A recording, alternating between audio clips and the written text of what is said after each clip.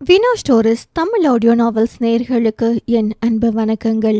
நம்ம சேனலில் இப்போ நம்ம பார்க்க போகிற நாவல் எழுத்தாளர் வினோதா அவர்களின் காதல் கண்ணாமூச்சி. வாங்க கதைக்குள்ளே போகலாம். பேசும் கதைகளின் குரலாய் நான் மனோசங்கரி.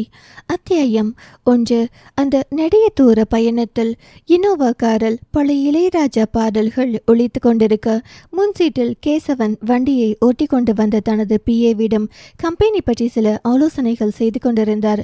சோம்பலாய் தனது அன்னையின் மடியில் சாய்ந்த சுபிக்ஷாவின் தலையை ஆசையாய் வருடி கொண்டிருந்த ஜமுனாவின் மனதில் நீங்கா துயரங்களும் விளக்க இயலாத குழப்பங்களும் குடிக்கொண்டிருந்தன. எந்தவித கவலையுமின்றி தனது 10ஆம் வகுப்பு தேர்வை வெற்றிகரமாக முடித்த ஆனந்தத்தில் இன்னும் ஒரு வாரத்தில் நடக்கவிருக்கும் தன் அக்கா சுபிக்ஷாவின் திருமண வைபவம் பற்றி தன் நண்பர்களுடன் வாட்ஸ்அப்பில் சேட் செய்து கொண்டிருந்தான் மனோஜ். இப்படியாகவே அந்த தொலைதூர பயணம் தொடர்ந்தது. வண்டியில் ஏறியவுடன் தன் அன்னையின் மடியில் சாய்ந்த சுபிக்ஷா தனது சொந்த ஊர் காரைக்குடி வந்த பின் தான் எழுந்தாள். எனக்கா நீ கும்பகர்ணி போல தூங்கிட்டு வர, கனவுல மாமாவோட டுயட்டா என்றான் மனோஜ். மனோஜ் வாய மூடு என்று அதட்டினாள் ஜமுனா. நைட்டு சரியா தூங்கல, அதனால தான் என்று தான் கட்டியிருந்த சேலையை சரி செய்தாள் சுபிக்ஷா. எப்படி தூக்க வரும், இன்னும் ஒரு வாரத்துல கல்யாணம், தயாரா இருன்னு நேற்று ராத்திரி தானே சொன்னார் உன் அப்பா. இன்னும் அந்த அதிர்ச்சியிலிருந்து நானே மீளல, சுபிக்குட்டி எப்படி மீள்வா என்றார் ஜமுனா. இட்ஸ் ஓகேம்மா, மாமா ரொம்ப ஸ்மார்ட், எனக்கு ரொம்ப பிடிச்சிருக்கு என்றான் மனோஜ். உன்கிட்ட யாராவது கேட்டாங்களா என்று கடிந்தார் ஜமுனா. கேட்டும் கேளாதது போல் இருந்த கேசவன் தொடர்ந்து தனது கம்பெனி பற்றியே பேசி வந்தார். தனது அன்னையின் கைகளை ஆறுதலாக பற்றி கொண்டாள் சுபிக்ஷா. அக்கா, மாமாவோட போட்டோ அனுப்பிட்டாங்க, காட்ட மறந்துட்டேன் என்று போனை நீட்டினான் மனோஜ். முகத்தை திருப்பி கொண்டாள் சுபிக்ஷா. ஜமுனா அதை வாங்கி பார்த்து, பார்க்க நல்லா தான் இருக்கார், ஆனா என்று அவர் ஆரம்பிக்கும் முன், குணத்திலும் தங்க கம்பிதான், கை நிறைய காசு வருது, சொந்த தொழில் செய்கிறார், எல்லாத்துக்கும் மேல இந்த கல்யாணம் மூலமா பிரிந்து போன என் தங்கையோட இணைய முடியும் என்றார் கேசவன். பாக்கியம், உங்களுக்கு தங்கை மட்டும் இல்ல, ஒரு காலத்துல என்னோட நெருங்கிய தோழியும் கூட. அவ திரும்பி வர்றது சந்தோஷம்தான், ஆனா அதுக்கு நம்ம சுபிக்குட்டியை எதுக்கு பலியாடாக்கணும் என்று இயன்றவரை பொறுமையாய் வினவினார் ஜமுனா. எல்லாம் தெரிஞ்சும் இப்படி கேட்கிறியே, சுபியோட பாஸ்ட் தெரிந்து எவர் பெண் எடுப்பார், ஏதோ என் தங்கை என்பதால ஒத்துக்கிட்டா என்றார் கராராக. என் மகள் என்ன தவறு செய்தா, அவ தலையெழுத்து அப்படி இருக்கு என்று கண்ணீர் வடித்தார் ஜமுனா. அம்மா, எனக்கு எந்த பிரச்சனையும் இல்லை, கல்யாணத்துக்கு மனப்பூர்வமாக தான் சம்மதித்தேன் என்று கனிவாய் கூறினாள் சுபிக்ஷா. உன்கிட்ட யாரம்மா சம்மதம் கேட்டாங்க? இதோ இங்கே இருக்காரே உன் அப்பா, அவர் கேட்டாரா, இல்லை உன்னை கல்யாணம் செஞ்சுக்க போறாரே அவர் தான் கேட்டாரா என்று ஆதங்கமாய் வினவினார் ஜமுனா. உன்கிட்டயோ என்கிட்டயோ சம்மதம் கேட்டா நமக்கு கல்யாணம் செய்து வைத்தாங்க இல்லையே, ஆனால் நம்ம வாழ்க்கை எந்த வகையில் மோசமா போச்சு என்று வினவிய கேசவன், இன்னும் 10 நிமிஷத்துல அப்பா வீட்டுக்கு போயிடுவோம், இன்னும் அழுது வழியாத என்றார். முந்தானையில் கண்ணை துடைத்து கொண்டவர் இனி எதை பேசியும் பயன் இல்லை என்பதால் அமைதியானார். அவர்களின் பாரம்பரிய வீடு கல்யாணத்திற்காக தயாராகி கொண்டிருந்தது. அந்த மிகப்பெரிய வீட்டில்தான் சுபியின் திருமணம். ஏண்டா சுபி, எங்களெல்லாம் மறந்துட்டியா? இந்த 2 வருஷத்துல எங்களை பார்க்கணும்னு உனக்கு ஒரு நாள் கூட தோணலையா என்று தனது சொந்த சித்தப்பா, பெரியப்பா, மகன்களும் மகள்களும் ஒன்று கூடி வினவினர். என்ன சொல்வது, எப்படி சமாளிப்பது என்று அவள் சிந்திக்க அவளை காப்பாற்ற வந்தார் சுபியின் செல்ல பாட்டி. என் பேத்தியை கேள்வி கேட்பது இருக்கட்டும், அவளை கல்யாணத்துக்கு தயார் செய்யுங்க என்று சுபியை ஆசையாய் இறுக அணைத்து கொண்டார். பாட்டிமா எப்படி இருக்கீங்க என்றால் சுபி ஆனந்தமாக. எனக்கு என்ன தங்கம், அந்த ஆண்டவன் உனக்கு ஏமா இவ்வளவு சோதனை கொடுத்தார் என்று புலம்ப ஆரம்பித்தார். அதற்கு பின் தனது பெரியப்பா, சித்தப்பா, பெரியம்மா, சித்தி என அனைவரிடமும் ஒரு அட்டெண்டன்ஸ் போட்டுவிட்டு மணப்பெண் என்பதால் தனக்காக கொடுக்கப்பட்ட வசதியான தனியறைக்குள் சென்று அமர்ந்து கொண்டாள். ஜமுனா தாய்மார் கூட்டத்துடன் சென்றுவிட, மனோஜ் வாண்டுகளுடன் ஐக்கியமாகிவிட, கேசவன் அனைவரிடமும் தனது தங்கை பாக்கியம் திடீரென ஒரு நாள் அழைத்து இந்த திருமணம் பற்றி பேசியதை பற்றி பேச துவங்கினார். கணவன் இறந்த பின் அமெரிக்காவில் தான் செட்டில் ஆகிவிட்டதா சொன்னா.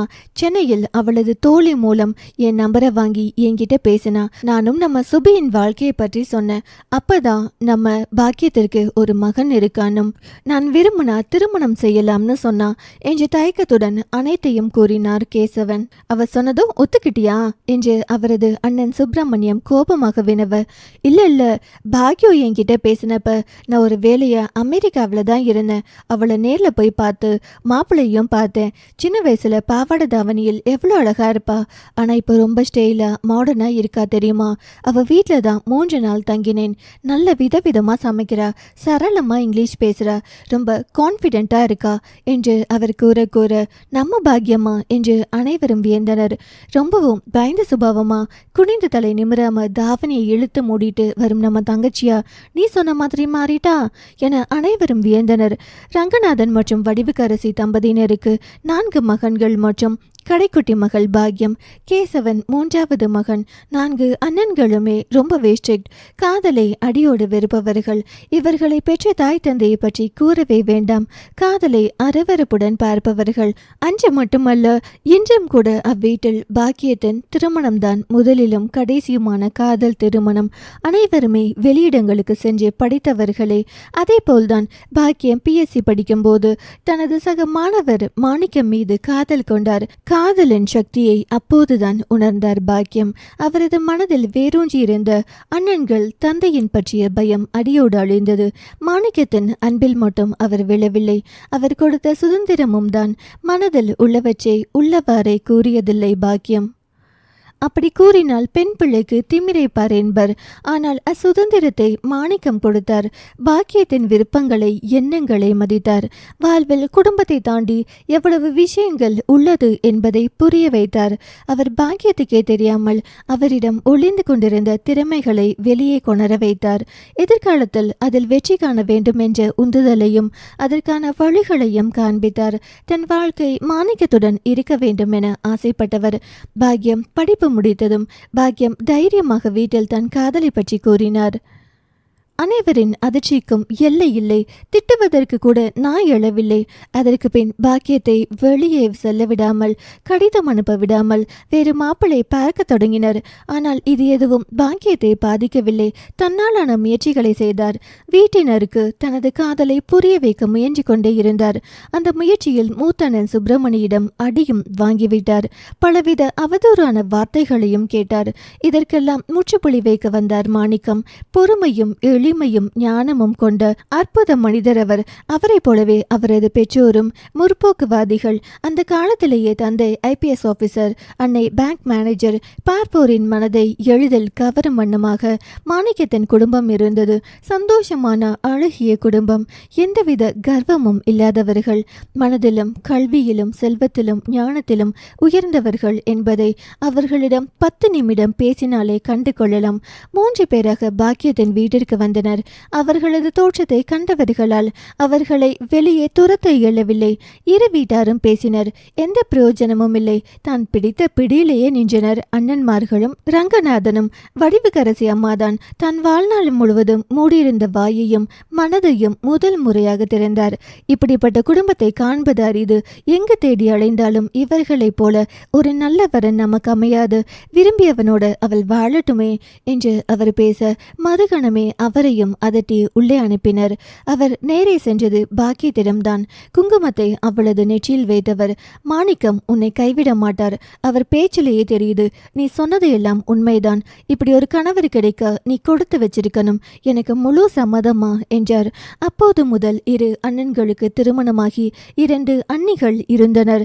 அவர்கள் இருவரும் தங்களது கடமையான அனைத்துக்கும் ஒதுங்கி நிற்கும் வழக்கத்தை கடைபிடித்து கொண்டிருந்தனர். பேச்சுவார்த்தை விவாதமாக மாறியது. பாக்கியம் வெளியே வந்து பேசவும் அடிக்க சென்ற சுப்பிரமணியின் கையை தடுத்தார் மாணிக்கம். நீ இப்போ மேஜர்மா, உனக்கு விருப்பம்னா எவராலும் தடுக்க முடியாது என்றார் மாணிக்கத்தின் தந்தை. அவர் மௌனமாய் சிறு புன்னகையுடன் தலையசைக்க மாணிக்கத்தின் அன்னை பாக்கியத்தின் அன்னையிடம் சென்று, எனக்கு பொண்ணுங்க இல்லை, பாக்கியம் இனி எனக்கும் மகள்தான், உங்களுக்கு கவலை வேண்டாம் என்று வடிவுக்கரசி அம்மாவை ஆறுதலாக அணைத்து கொண்டார். இது நான் செய்த புண்ணியம்மா என்றார் வடிவுக்கரசி ஆனந்த கண்ணீரோடு. சுப்பிரமணியோ பாக்கியத்தின் கையை பிடித்து வலுக்கட்டாயமாக இழுத்து செல்ல அடுத்த கணம் உள்ளே 10 போலீஸ் மற்றும் ரெஜிஸ்டார் உள்ளே நுழைந்தனர். மிரண்டு போய் அனைவரும் பார்த்து நிற்க 2 குடும்பத்தாரின் முன்னிலையிலும் பதிவு திருமணம் நடந்தது. அப்போதே பாக்கியத்தை அனைவருமாய் தலை மூழ்கினர். பாக்கியத்தின் விருப்பப்படியே பாக்கியம் ஒரு தலை சிறந்த லாயரானார். பேசவே தெரியாது என்று எண்ணிய பெண் பிரபல லாயராகவும் தான் அவரது முடிவு சரி என்று பட்டது அனைவருக்கும். இருப்பினும் வரட்டு கௌரவத்தால் பாக்கியத்தை அடியோடு வெறுத்தனர். பாக்கியம் சொந்தங்களை விட இயலாமல் அவர்களுடன் இணைய பல முயற்சிகள் செய்த போதும் அனைத்தும் பயனற்று போனது. பிறகு தனது வாழ்வின் ஓட்டத்தில் ஓட துவங்கிவிட்டார். 3 வருடம் முன்னர் தனது கணவர் மாரடைப்பில் இறந்துவிட துவண்டு போன பாக்கியத்துக்கு ஆறுதலாய் இருந்தது மகனும் தனது நெருங்கிய நட்பு குடும்பமான சுந்தரம் ஜெயசெல்வி தம்பதியினர் ஆவர். அவர்களது வாழ்விலும் பல பிரச்சனைகள் வர இவ்வூரிலேயே இருக்க பிடிக்காமல் நால்வருமாய் ஃபாரின் சென்றனர். அனைத்தையும் மறந்து புதியதோர் வாழ்வை வாழ துவங்கினர். பல வருடங்களாக பேச்சுவார்த்தையின்றி பிரிந்திருந்தாலும் தனது இன்ஃப்ளூயன்ஸ் மூலம் தனது சொந்தங்களை பற்றி அவ்வப்போது முக்கிய விஷயங்களை அறிந்து கொண்டுதான் இருந்தார் பாக்கியம். அப்படிதான் கேசவன் குடும்பத்தை அறிந்து கொண்டு அவரின் மகளை தன் மகனுக்கு திருமணம் செய்து வைக்க முடிவு செய்தார். நாளை நமது மகனுக்கு சொந்தம் என்று பலர் இருப்பர். நமது மகன் நல்ல வாழ்வை அன்பான சொந்தங்களுடன் வாழ்வான் என்று திட்டமிட்டார். அதேபோல் கேசவன் ஃபாரின் வந்துள்ள விஷயத்தை அறிந்து கொண்டு அந்த நேரம் பார்த்து பேசினார். அதுவரை திருமணத்துக்கும் சம்மதிக்காத தன் மகனும் சுபிக்ஷாவின் பழைய வாழ்வை பற்றி கூட கேட்டுக்கொள்ளாமல் அவளை மணக்க முழு சம்மதம் தெரிவிக்க அனைத்தும் கைகூடியது. அத்தியாயம் 2. சுபிக்ஷாவின் வாழ்வே அவ்வளவுதான் என்று நினைக்க இப்படி ஒரு நல்வாழ்வு கிடைக்கின்றது என்ற காரணத்தினாலும் பாக்கியம் தொடர்பு கொள்ளாமல் இருந்த இந்த 15 வருட கால நீண்ட இடைவெளியில் பறந்து போயிருந்த வரட்டு கௌரவத்தாலும் அவள் கணவன் இறந்த செய்தியை அறிந்து கொண்டதாலும் இத்திருமணத்திற்கு அனைவருமாக சம்மதித்தனர். வடிவுக்கரசி அம்மாவுக்கு ஒவ்வொரு நொடியும் யுகங்களாக சென்றன. தன் மகளையும் பேரனையும் காணும் ஆர்வத்தில் இருந்தார் அவர். தனது முதிய கால வயதில் இருந்த ரங்கநாதன் மனதிலும் தனது ஒரே மகளையும் பேரனையும் காண வேண்டுமென்ற ஆசை மேலோங்கியது. பிடிவாதமும் கௌரவமும் இப்போதில்லை, ஏக்கமும் அன்பும் தான் நிறைந்திருந்தது. என்னதான் கோபக்காரர்கள் என்றாலும் இப்போது மாப்பிள்ளையும் தங்கையும் வரவேற்க தடபுடல் செய்து கொண்டிருந்தனர். அண்ணன்மார்களின் மனைவிகளும் பெண்மணிகளும் சமையல் மற்றும் அலங்காரத்தில் ஈடுபட்டிருந்தனர். திருமணத்திற்கான அனைத்து கலையும் ஒரே நாளில் அவ்வீட்டில் குடியேறியதுதான் ஆச்சரியம். கல்லூரிகளில் படித்து கொண்டிருந்தாலும் லீவ் போட்டுவிட்டு ஒவ்வொருவராய் வர தொடங்கினர். பேச்சும் கும்மாளமும் ஆனந்தமும் கேலியுமாய் நாள் முழுவதும் சென்றன. ஆனால் சுபிக்ஷாவின் மனதில் இது எதுவும் இல்லை. மனதில் பாரத்துடன் முகத்தில் புன்னகையை பூசி நடக்கவிருக்கும் திருமணத்தை எண்ணி எண்ணி உள்ளுக்குள் மனம் வாட அமர்ந்திருந்தாள். ஒரே மாதத்தில் திருமணம் என்பதால் பியூட்டிஷியன் படித்த பெரியப்பா மகள் எதையோ கலந்து ஃபேஷியல் என்று கூறி முகத்தில் அப்பினாள். இதுவும் நல்லது என்று கண்களை மூடி பேச வேண்டிய அவசியமில்லாமல் தன் மனதுடன் யுத்தம் செய்து கொண்டிருந்தாள். இங்க பாருமா, அந்த பெண் யார், எவர், எப்படிப்பட்டவர்னு தெரியல. உங்களை மட்டுமல்ல, நம்ம சுந்தரம் அப்பா ஜெய்செல்வி அம்மாவையும் நல்லா பார்த்துக்கணும். இது மட்டும்தான் என் கோரிக்கை என்றான் வர்மாம். அந்த கவலையே உனக்கு வேண்டாம். என் அண்ணன் வாரிசு, என் தோழி ஜிமுனாவின் ஒரே மகள், இது 2 போதும். நிச்சயம் நல்ல பொண்ணாதான் இருப்பா என்றார் பாக்கியம். ஆனா நீயும் பழசெல்லாம் மறந்து சுபிக்ஷாவை மனைவியா ஏற்று வாழணும். இந்த அம்மாவுக்காக செய்வியா என்று கெஞ்சுதல் வினவினார் பாக்கியம். அது சுபிக்ஷாவை பொறுத்தது. உங்களுக்காக தானே இந்த திருமணமே செய்யறேன், அது போதாதா என்று செல்லமாக முறைதான். டே சுபி பாவம்டா, அவ லைஃப. அம்மா ப்ளீஸ், பரிதாபப்பட்டு லவ் வரக்கூடாது. எப்படி அவளுக்கு என்னுடைய பாஸ்ட் மறைக்கப்பட்டதோ அப்போதே அவளுடைய பாஸ்ட் தெரிந்து கொள்ளும் உரிமையை நான் இழந்துட்டேன். ஒருவேளை 10ல் ஒரு வாய்ப்பா நாங்கள் நல்ல ஃப்ரெண்ட்ஸானா நாங்களா அதையெல்லாம் பேசி தெரிஞ்சுக்கிறோம் என்றான். ஃப்ரெண்ட்ஸா, லவ்வர்ஸ்னு சொல்லு என்று தன் மகனை சீண்டினார் பாக்கியம். காதலா, இனி எனக்கு அதெல்லாம் என்று தொடங்கியவன் பிறகு பேசலாமா என்று கூறி தன் அங்கிள் ஆண்டியை பார்க்க சென்றான். அப்பாவுக்கு விமான பயணம் கொஞ்ச நாளைக்கு வேண்டாம்ப்பா, டாக்டர் சொல்லியிருக்காரு என்று செல்வி வருத்தமாக கூறி கலங்கினார். ரொம்ப சாரி கண்ணா, என் மகளை நான் கல்யாணத்துக்கு அப்புறம் பார்த்துக்கிறேன் என்றார். தொடர்ந்து, இட்ஸ் ஓகேம்மா, நாங்கள் எவ்வளோ சீக்கிரம் வர முடியுமோ அவ்வளோ சீக்கிரம் வந்துடுறோம் என்று கூறி அவரை ஆறு தழுவியவனின் முகம் மிகவும் வாடியது. வர்மா, உன் வாழ்க்கை செழிப்பா இருக்கணும், அதுதான் என் கனவு, ஆசை எல்லாம். அதனால பழசெல்லாம் மறந்து இந்த புதிய வாழ்வை தொடங்கு. எங்க ஆசிர்வாதம் உனக்கு எப்பவுமே இருக்கும் என்று வாழ்த்தி அனுப்பினார் சுந்தரம். அவன் அவர்களிடமிருந்து விடை பெற்று செல்ல அதுவரை அடக்கிய கண்ணீரை சிந்திய ஜெயசெல்வி தன் கணவரின் தோளில் சாய்ந்தார். தன் மனைவியை ஆறுதலாய் பார்த்தவர், உங்க வர்மன் இந்த சூழ்நிலையிலும் நம்மை பிரிய மாட்டான் என்றார். அடுத்த நாள் எப்போதும் மலரும் என தூங்கா விழுகளாய் சொந்தங்கள் காத்திருக்க அவ்வீட்டின் கடைக்குட்டி இறுதியில் 29 வருடங்களுக்கு பிறகு அனைவரின் அன்பான வரவேற்புடன் தன் அன்னை வீட்டுக்குள் அடியெடுத்து வைத்தார் பாக்கியம். தன்னை கட்டி கொண்டு அழுத அன்னையை இறுக அணைத்தவர் தனது தந்தையையும் அண்ணன்களையும் பார்த்தார். முன்பிருந்த கோபம் இல்லை. மூத்த அண்ணனின் கண்கள் கலங்க, எங்களை மன்னித்திடுமா என்றார் சிறு புன்னகையுடன். நான் என்றோ மன்னித்துட்டேன் அண்ணா, நீங்க என்னை மன்னிக்க தான் இவ்வளோ காலமானது என்று பாக்கியம் கூற அனைத்து அண்ணன்களும் ஒன்றாக தங்கள் தங்கையை தழுவினர். சில மணித்துளிகள் கழித்து தூரமாய் அனைத்தையும் ரசித்தவாறு நின்றிருந்த மாப்பிள்ளையை கவனித்தனர். 6 அடி உயரமும் அழகிய தோற்றமும் அளவான உடம்பும் ஸ்டைலான நடையும் மெல்லிய புன்னகையுமாக அவர்களை நெருங்கினான் வர்மன். தன் அன்னையின் முகம் மலர்ச்சியை கண்டான். அவனது தாத்தா, பாட்டி, மாமா, அத்தை என்ன இதுவரை காணாதவர்களின் கண்களில் மின்னிய அன்பை கண்டு வியந்தான். பல நாள் பழகியதைப் போல சொந்தம் கொண்டாடிய உறவுகளை ஆச்சரியமாக பார்த்தவன் மனதில் இதையெல்லாம் இத்தனை காலம் மிஸ் பண்ணிட்டோமே என தோன்றியது. கேசவத்தை முன்பே நேரில் கண்டிருந்ததால் ஈஸியாக ஒட்டி கொண்டான். ஜமுனாவிடமும் நல்லபடியே பேசவும் அவரின் மனமும் குளிர்ந்தது. கிட்டத்தட்ட அனைவரையும் பார்த்தாயிற்று. அனைவரும் வீட்டில் அமர்ந்து பலகாரங்களை உண்ண, என் மருமகளை எப்போ காட்டுவீங்க என்று கேட்டார் பாக்கியம். இங்க பாருமா, நம்ம வீட்டு பழக்கம் எதுவும் மாறல. நிச்சயத்துக்கு பிறகுதான் மாப்பிள்ளையும் பொண்ணும் பார்த்துக்கணும் என்று கூறிய ரங்கநாதன் மேலும் தொடர்ந்து, நீ போனப்புறம் இந்த விதிமுறை ஒரே ஒரு முறை தகர்க்கப்பட்டது. அதன் விளைவை தான் கேசவன் உன்கிட்ட சொல்லியிருப்பானே என்றார். சரிப்பா என்று கூறிய பாக்கியம் மனதுக்குள் நீங்க இன்னமும் மாறவில்லை என்று நினைத்து கொண்டார். வர்மனின் மனதிலோ இவை எதுவும் விழவில்லை. இப்படி ஒரு அன்பான குடும்பத்திலிருந்து வரும் பெண்ணிற்கு தனது கணவனிடம் இத்தனை அன்பு கிடைக்காது என்று தெரிந்த பின் அவளால் எவ்வாறு ஏற்றுக்கொள்ள முடியும்? அம்மாவிற்காக என்று மாபெரும் அநியாயம் இழைக்கிறோமோ என முதல் முறையாக சிந்தித்தான். மாப்பிள்ளை தம்பி, சுபிக்குட்டிய போட்டோல பார்த்தீங்க தானே, பிடிச்சிருக்கா? ஒன்றும் பிரச்சனை இல்லையே என்று கவலையும் வருத்தமுமாக வினவினார் ஜமுனா. தனது சிந்தனையிலிருந்து களைந்தவன் பதில் கூறும் முன் பேச துவங்கினார் 2வது அண்ணன் குமாரவடிவேல். சுபிதா எங்க வீட்டு கடைசி பெண் குழந்தை. அனைவருக்குமே ரொம்ப செல்லம். வலி என்பதை தெரிய விடாமல் வளர்த்தோம். ஆனா விதி விடவில்லை. எங்க மகளை நீங்க கலங்கவே விடக்கூடாது என்று குரல் தளர கூறினார். ஐயோ அண்ணா, சுபி எனக்கு மருமகள் மட்டுமல்ல, என்னை என் குடும்பத்தோட இணைத்த தெய்வம். அவளை எப்படி கலங்க விடுவேன் என்று தன் அண்ணனை சமாதானம் செய்தார் பாக்கியம். ஆமா பேராண்டி, இந்த கல்யாணம் நடக்க போவதால தான் தொலைந்து போன எங்க எல்லாரோட மகிழ்ச்சியும் மீண்டும் கிடைச்சிருக்கு. உன்னை நம்பிதான் எங்க மனம் பழைய நிலைக்கு வந்திருக்கு என்றார் ரங்கநாதன். கேசவன் எதுவும் கூறவில்லை.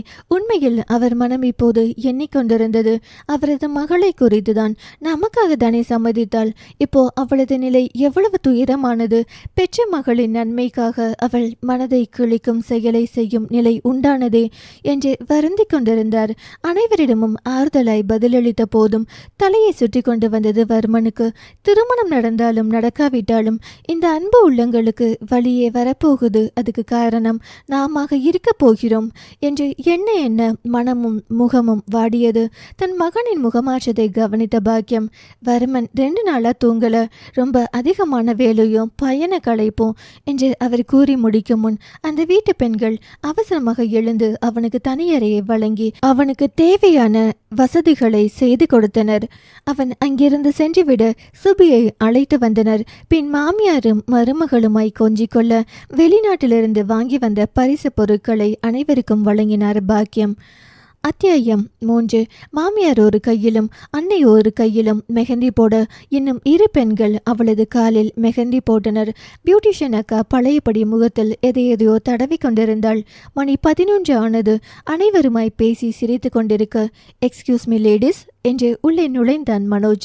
மாமா, அக்கா கிட்ட பேசணுமாம் என்றான். ஐ சூப்பர் என்று இளம் பெண்கள் கேலி செய்தவாறு வெளியேறினர். அவளது கண்கள் வெள்ளரி துண்டால் மூடப்பட்டிருந்தது. ஜமுனாவிற்கோ என்ன சொல்வதென்றே தெரியவில்லை. அதற்குள்ளாக மனோஜ் மாமாவை எவ்வளவு நேரம் காத்திருக்க வைப்பீங்க என்று கூற வர்மன் உள்ளேயே வந்துவிட்டான். ஜமுனா எழுந்து விட்டார். பாக்கியம்தான் இந்த நேரத்துல என்னடா பேச்சு என அதட்டினார். 10 நிமிஷம் என்றான். அவனது பிடிவாதம் அறிந்தவர் அவரும் எழுந்து தள்ளிவிட்டார். ஜமுனா பதற்றத்துடன் வெளியேற பாக்கியமோ சொதப்பிடாதடா மகனே என்று கூறி சென்றார். கண்கள் மூடியிருந்தன. முகம் முழுவதும் கிரீன், கையும் காலும் அசைய இயலாத நிலை. இதை பற்றியெல்லாம் சிந்திக்காமல் அனைவரும் சென்று விட்டனர். சிறிது தயக்கத்துடன் அவள் மெத்தையில் அமர்ந்திருக்க அருகில் இருந்த சேரில் அவன் அமரும் சத்தம் கேட்டது. ஹலோ, நான் இமயவர்மன் என்றான். சிறு புன்னகையுடன் சுபிக்ஷா என்றாள். எல்லாம் ரொம்ப சீக்கிரம் நடக்குதுல என்றான். ஆம் என்பது போல தலையசைத்தவள் சட்டென, என்னோட பாஸ்ட் தெரிந்துதானே இந்த கல்யாணத்துக்கு சம்மதித்தீங்க என்று வினவினாள். உன் அப்பாவும் என் அம்மாவும் சொல்ல வந்தாங்க, நான் தான் கேட்கல, அதனால தெரியாது என்று விளக்கமாக கூறினான். அது எல்லாத்தையும் முழுசா சொல்ல இப்போ டைம் இல்லை, அதனால ஷார்ட்டா சொல்லிடட்டுமா என்று வினவினாள். சொல் என்றான். நான் ஒரு சைக்காட்ரிஸ்ட் பேஷண்ட். அது மட்டும் இல்லை, இதுக்கு முன்னால எனக்கு திருமணம் நிச்சயமாகி இருவரும் நல்லா பழகி அப்புறம் திருமணத்திற்கு முன் அவர் இறந்துட்டார். திருமணம் நின்றுவிட்டது. அதனால் துரதிருஷ்டசாலின்னு கூட அனைவரும் சொல்வர் என்று தளதளத்த குரலில் அனைத்தையும் கூறிவிட்டாள். அதிர்ச்சியாக இருந்த போதும் அதை மறைத்து, இது எப்போ நடந்தது என்று வினவினான். 6 மாதத்துக்கு முன் என்று அவள் கூற கதவு திறக்கப்பட்டது. டைம் ஓவர் என்றார் பாக்கியம். ஏனோ அவனுக்கு அதற்கு மேல் பேச இயலாததால் டோன்ட் வரி என்று கூறி வெளியேறினான் வர்மன். அவளது பேச்சிலேயே திருமணத்திற்கான ஆனந்தமும் உற்சாகமும் இல்லை என்பதை நன்கு உணர்ந்தான். மேலும் அவள் நினைத்திருந்தாள், லேசாக தலையை ஆட்டி வெள்ளரி தொண்டை கீழே விழ செய்து என்னை கண்டிருக்கலாம். ஆனால் அவளுக்கு அதில் விருப்பமில்லை என்பதை உணர்ந்தான். ஒல்லியான மெலிந்த உடல் பாவம், சிறிய நிலா போன்ற முகம், இது மட்டுமே அவன் கண்டது. சட்டென வாட்ஸ்அப் மெசேஜ் வந்தது. தெரியாத நம்பரிலிருந்து. ஹாய் மாமா, இது மனோஜ் என்றிருந்தது. அதற்கு கீழ் போட்டோவும், அதற்கு கீழ் இது சுபி அக்கா என்றும் இருந்தது. தம்ஸ் அப் ஸ்மைலியை தட்டிவிட்டு அந்த புகைப்படத்தை கண்டான். அழகான முகம், நல்ல நிறம், புன்னகை மறக்காத இதழ்கள், காண்போரை கவரும் வண்ணம்தான் சுபியின் முகம் இருந்தது. ஆனால் வர்மனின் கருத்தில் பட்டது வேறொன்று. உடனேயே மனோஜர் கலைதான். எடுத்து ஹலோ சொன்னது ஒரு பெண்ணின் குரல், மிகவும் பரிச்சயமான குரல். மனோஜ் போனை விட்டுட்டு போயிட்டான் என்றது. நீங்க என்றான் வர்மன். நான் தான் சுபி என்றாள். மெகந்தி போட்டிருந்த கையாலேயே தனது ஆள்காட்டி விரலில் அந்த டச் போனில் காலை அட்டன் செய்து ஸ்பீக்கரில் போட்டிருந்தாள் சுபிக்ஷா. அறையில் தான் யாரும் இல்லையே. நீங்களா என்றவன் சில நொடிகளுக்கு பின், என்கிட்ட ஏதாச்சும் சொல்லணுமா என்றான் பரிவாக. அப்படியே அந்த பரிச்சயமான குரலை ஆராய துவங்கினான். இல்லைங்க, மற்றதையெல்லாம் திருமணத்துக்கு அப்புறம் விளக்கமா பேசிக்கலாம் என்றவள். எனக்கு ஒரு உதவி வேண்டும் என்றாள். கண்டிப்பா என்றான். அந்த பதிலில் சற்று ஆனந்தமடைந்தவள். எனக்கு இன்னும் கொஞ்சம் பிரச்சனைகள் இருக்கு மனதளவில், அதனால திருமணத்திற்கு பின் சில காலம் என தயங்கினாள். ஃப்ரெண்ட்ஸா இருக்கலாம், எனக்கு பிரச்சனை இல்லை என்றான். ரொம்ப தேங்க்ஸ் என்றவளிடம். ஆனால் ஒரு நிபந்தனை என்றான். என்னுடைய அம்மா, என் வளர்ப்பு அம்மா அப்பான்னு எல்லாரையும் நல்லா பார்த்துக்கணும் என்றான். கண்டிப்பா என்றவளின் குரலில் முன்பிருந்த இறுக்கம் தளர்ந்தது. உன்னை பத்தி நீ இவ்வளோ சொன்னா அப்புறம் நான் மறைப்பது சரியில்லை என்றான் வர்மன். எதை பற்றி என்று வினவினாள். உங்க வீட்டில் நீ ரொம்ப செல்லமா அன்பா வளர்ந்துருக்க. அவ்வளவு அன்பையும் காதலையும் என்னால் தர முடியும்னு தோணலை. இந்த கல்யாணமே என் அம்மாவின் வற்புறுத்தலால் தான் என்றான். தப்பா எடுத்துக்காதீங்க, ஆனால் உண்மையில இப்போதைக்கு இந்த செய்தி எனக்கு சந்தோஷத்தை கொடுக்குது என்றாள். இந்த உரையாடலுக்கு பின் இருவரின் மனதில் இருந்த பாரமும் சற்று குறைந்தது. வர்மனை போலவே சுபிக்ஷாவிற்கும் வர்மனின் குரல் மிகவும் பரிச்சயமாகப்பட அவனது போட்டோவை மனோஜ் போனில் பார்க்க எண்ணமிட்டாள். மெஹந்தி நன்கு காய்ந்து கிடந்த தனது ஆள்காட்டி விரலை கொண்டு மெத்தை மேல் இருந்து மொபைலை நோண்டினாள். போட்டோ கிடைத்தது. தன் கண்களை நம்ப இயலாமல் புகைப்படத்தை பார்த்த அவளின் விழிகளிலிருந்து விழிநீர் தாரை தாரையாக கொட்டியது. எவ்வளவு நேரம் அழுதாள், எப்போது உறங்கினாள் என்றே தெரியவில்லை. அதேபோல் வர்மனும் அவளது புகைப்படத்தை பார்த்து தெரிந்த முகமாக இருக்கிறதே என்று யோசித்துக் கொண்டே உறங்கிவிட்டான். மறுநாள் நிச்சயதார்த்தம், 3 நாட்களில் திருமணம் என அனைத்தும் அதிவிரைவாக நடந்து கொண்டிருந்தது. வீட்டிலேயே திருமணம். வர்மனுக்கு சுபியிடம் பேச வாய்ப்பு கிடைக்கவில்லை. பேச வேண்டும் என்றும் தோன்றவில்லை. ஆனால் திருமணத்திற்கு 10 நிமிடம் முன்பு ஐயர் சத்தமாக மந்திரம் உச்சரித்து கொண்டிருக்க, நாம முன்பே சந்தித்திருக்கோமா என்று அவள் காதருகில் வினவினான். ருத்ரா என்றால் மெல்லமாக. அதற்குள் தாலி அவனது கையில் கொடுக்கப்பட, ருத்ராவா என்று எண்ணி அவனின் கண்கள் வியப்பில் ஆழ்ந்தது. அப்பனா நீ என்று சந்தேகமாக வினவியவாறே தாலியை கட்டினான். சின்னு என்றாள். அதன் பின் குங்குமம் வைத்து அம்மி மிதித்து அருந்ததி பார்த்தனர். உணவருந்தினர். அன்றிரவு இருவரும் பேசிக்கொள்ளவில்லை. விதியின் லீலைகளினால் அதிர்ச்சியில் இருவருமாய் உறக்கம் கெட்டு படுத்திருந்தனர். 2 நாட்களும் இப்படியாகவே வேகமாக ஓடியது. வருமனால் அவளின் முகத்தை கூட காண இயலவில்லை. தயக்கத்தின் உச்சியில் இருந்தான். எனக்கு ஏன் இந்த சோதனை என பலமுறை எண்ணி வருந்தினான். சுபிக்ஷாவிற்கு மெல்ல மெல்ல அனைத்தும் நன்மைக்கே என்ற எண்ணம் தோன்றியது. அதற்கான காரணம் அவள் எதை செய்ய இயலாது என்று வருந்தி மனநலம் பாதிக்கப்பட்டாலோ அவளால் அதனை இப்போது சரி செய்ய இயலும். மனதில் ஒரு திருப்தி. அவனாக எதுவும் பேசவில்லை. அதனால் என்ன? இவள் துவங்கினாள். எப்ப கிளம்புறோம் என்று வினவினாள். இன்னும் முடிவு செய்யல. ஏன் என்றான். அவள் யோசனையோடு துவங்க. உன்னோட அப்பா அம்மா கூட இருக்கணும்னா உன்னோட விருப்பம் வர இங்கே இருக்கலாம் என்றான். இல்ல சீக்கிரம் கிளம்பிடலாம், அதுக்கு தான் கேட்டேன் என்றாள். அவனுக்கும் அதுவே சரி எனப்பட்டது. இன்னும் சில நாட்கள் எஞ்சிருந்தால் இவ்விருவரும் கணவன் மனைவியாக இல்லை என்பதை கண்டுபிடித்து விடுவார்கள் என தோன்றியது. பிறகு அனைவரிடமும் சொல்லிக்கொண்டு தங்களது பயணத்தை இருவரும் துவங்க பாக்கியம் 1 மாதம் சென்ற பின் வருகிறேன் என்று கூறி அங்கேயே இருந்து விட்டார். சுபிக்ஷாவின் கண்ணில் என்றும் காணாத தெளிவை கண்ட ஜமுனா தனது கணவரிடம் ஆனந்தமாக அதை கூற அவரும் கவனிக்காமல் இல்லை. ஆனால் பாக்கியம் தன் மகனிடம் கண்டது குழப்பமான முகம், எதையோ எண்ணி வாடி போன முகம். அது என்னவென்று புரியாத போதிலும் எதையும் கேளாமல் அனுப்பி வைத்தார். பிறந்த வீட்டினரை பிரியும் தருவாயில் கண்ணீரை வடித்து காரில் ஏறினாள் மகள். மிக்க நன்றி மாப்பிள்ளை, என் மகள் மீண்டும் கிடைச்சிட்டா. உங்க அன்பா இந்த திருமணமான தெரியல, ஆனா அவ முகத்துல தெளிவா நாங்க பாக்குறோம் என வர்மனின் கையை பிடித்து நன்றி உரைத்தார் கேசவன். வர்மனுக்கு ஒன்றும் புரியவில்லை. புன்னகையை மட்டும் பதிலாக அளித்தவன் காரில் ஏற கார் பறந்தது. அருகில் இருந்த தனது புது மனைவியை கண்டான். கைக்குட்டையால் கண்ணை துடைத்து கொண்டிருந்தாள். ஆறுதலாய் அவளது வலக்கையை பற்றினான். பற்றிய அவனது கையை தனது இடக்கையால் பற்றியவள் அப்படியே உறங்கி போனாள். பயணம் என்றால் உடனே உறங்கி விடுவாள். இது அவனும் அறிந்ததே. தனது கையை பற்றியவாறே அவள் உறங்க அதை எடுக்க மனமின்றி அப்படியே அவள் அருகே 3 மணி நேரம் அமர்ந்திருந்தான். கார் நின்றதும் கண் விழித்தவள் அவனது வியர்த்த கையை தனது பிடியிலிருந்து விட்டுவிட்டாள். டீ கடை. டிரைவர் டீ குடித்து கொண்டிருந்தான். இவனுக்கு பெப்சியை வாங்கி குடித்து கொண்டிருந்தான். உனக்கு ஏதேனும் வேண்டுமா என்று அவன் சுபிக்ஷாவிடம் கேட்கவில்லை. ஓ மேடம், எழுந்துட்டீங்களா? உங்களுக்கு என்ன வேணும் என்று டிரைவர் எதுவும் வேண்டாம், வாந்தி எடுத்துட்டு வா என்றான் வர்மன் அவளை அறிந்தவளாய். சுபிக்ஷா அவனை நோக்க, இன்னும் அப்படிதானே என்று வினவினான் சந்தேகமாக. ஆம் என்று தலையசைத்து புன்னகைத்தாள். பழைய நினைவுகளில் மூழ்கிய சுபிக்ஷா திருமணத்திற்கு முன்பு வர்மன் கூறியதை சிந்தித்தாள். நீ என்னும் அளவிற்கு அன்பையும் காதலையும் என்னால் தர முடியாது. இந்த திருமணமே என் அம்மாவுக்காக தான் என்று அவன் கூறிய வரிகள் அப்படியே அவள் செவியில் ஒலித்தன. பிளைட் கார் என மாறி மாறி இறுதியில் வீட்டுக்கு அவர்கள் வந்து சேர இரவானது. இருவருக்கும் ஒரே அறையில் ஒரே மெத்தையில் உறங்குவதெல்லாம் தயக்கமில்லை. மெத்தையின் இடையில் 2 தலையணையை வைத்துவிட்டு ஆளுக்கு ஒரு ஓரமாக படுத்து கொண்டனர். அன்றிரவு இருவருமே நன்கு உறங்கினர். காலையில் எழுந்தவன் அங்கு சுபியை காணவில்லை என்பதால் வேகமாக கீழே சென்று பார்த்தான். ரொம்ப அமைதியாக சுபி காப்பி கலந்து கொண்டிருந்தாள். குட் மார்னிங் என்றான் தயக்கமாக. குட் மார்னிங் என்று புன்னகைத்தவள் அவனுக்காக காப்பி கொடுத்து, அங்கிள் ஆண்டி எப்போ எழுவாங்க என்று வினவினாள். இந்நேரம் எழுந்திருப்பாங்க, குளித்து முடித்ததும் வருவாங்க என்றான்.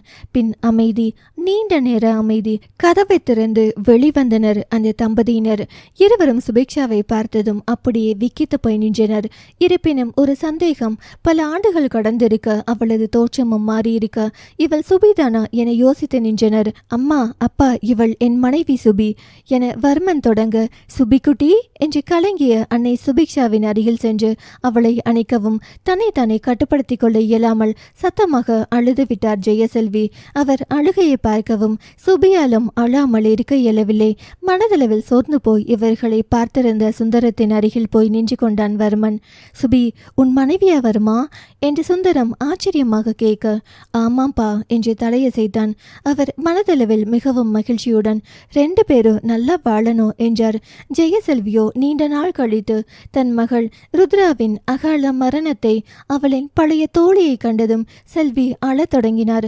ஒரு வழியாக பெரியோரை சமாதானம் செய்து காப்பி குடிக்க வைத்த சுபிக்ஷா பேச்சை வேறு திசையில் மாற்ற முயன்றாள். அத்தியாயம் 4. ருத்ரா சுட்டி பெண், கெட்டிக்காரி, அறிவும் அழகும் ஒன்றோடு ஒன்று போட்டி போட்டு கொண்டிருக்கும் அவளிடத்தில் அன்னை பேங்க் மேனேஜர், தந்தை போலீஸ் கமிஷனர் என்றிருக்க வீட்டில் படிக்க இயலாது என கருதி அவளை சென்னையில் தலை சிறந்த பள்ளியில் 3ஆம் வகுப்பிலேயே ஹாஸ்டலில் சேர்த்தார்கள். அப்போதிலிருந்து சுபி தான் அவளது தோழி. தமக்கை எல்லாமும். சுபி கொஞ்சம் அமைதியான பெண், அமைதியே நாடுவாள். ஆனால் அவளிடத்தில் எவரேனும் வாலாட்டினாள் ருத்ரா தாண்டவம் ஆடிவிடுவாள். சுபியின் மதிய உணவு எப்போதும் ருத்ராவுக்கு பிடித்த உணவாகத்தான் இருக்கும். ஒருவருக்கொருவர் உயிராய் பழகி வந்தனர். அவர்களின் நட்பை பாராட்டாத ஆட்களே அங்கு கிடையாது. அதனால் ருத்ராவின் கார்டியனாக சுபியின் தந்தை பெயரை கொடுத்தார் சுந்தரம். அதில் கேசவத்திற்கும் மகிழ்ச்சியே. ஒவ்வொரு சனி மற்றும் ஞாயிறும் ருத்ரா சுபியின் வீட்டில் தான் இருப்பாள். ருத்ராவை மறுத்தாலும் ஜமுனா விட மாட்டார். கட்டாயப்படுத்தி ஏனும் அழைத்து வந்து பிடித்தவற்றை செய்து கொடுப்பார். சுந்தரம் மற்றும் ஜெபசெல்விக்கு தங்கள் மகள் ருத்ராவை குறித்த கவலை அவ்வளவாக இருந்ததில்லை. மாதம் ஒரு முறை வீட்டுக்கு ருத்ரா வருவாள். அப்போதும் வேலை வேலை என்று ஓடிக்கொண்டிருப்பார். நீண்ட நாள் பள்ளி விடுமுறை என வந்தால்தான் அம்மா அப்பாவுடன் அதிக நேரத்தை செலவிட இயலும் ருத்ராவாள். உயர்கல்வி 10ஆம் வகுப்பு என வந்துவிட மனோஜ் வேறு குறும்புக்கார மகனாய் வீட்டில் வலம் வர சுபிக்ஷாவால் படிக்க இயலவில்லை. மதிப்பெண்கள் குறைந்தன. அதன் பிரதிபலிப்பு சுபியை 11ஆம் வகுப்பிற்கு ராசிபுரம் எஸ்ஆர்வி பள்ளிக்கு அனுப்பி வைத்தனர். பெண்கள் மட்டும் படிக்கும் பள்ளி அது. வேறு தொந்தரவு வராது.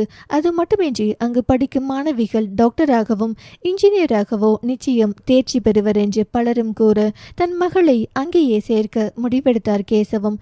ருத்ராவும் சுபியுடன் தான் படிப்பேன் என்றால் முடிவாக, டாக்டர் எல்லாம் நமக்கு செட் ஆகாது, இன்ஜினியரிங் படிக்கலாம் என இருவருமாய் முடிவு செய்து கம்ப்யூட்டர் சயின்ஸ் குரூப்பை தேர்வு செய்தனர். அவர்களின் பெற்றோரும் முழுமையாக சம்மதி. அன்று முதல் நாள் பள்ளி விடுதியில் தான் சதாசிவம் மற்றும் சுந்தரம் சந்தித்து பேசியது. பழைய பள்ளி சுந்தரத்தின் நண்பருடையது என்பதால் டிரைவருடன் ருத்ராவை அனுப்பிவிடுவார். அவர் வந்த நாட்களில் சதாசிவத்தை அவரால் காண இயலவில்லை. சுபி வீட்டு ஞாபகத்தில் முதல் மாதம் முழுவதும் அழுது வழிய ருத்ராதான் தேறுதலாயிருப்பாள். தானும் படித்து தனது தோழியையும் படிக்க வைப்பாள்.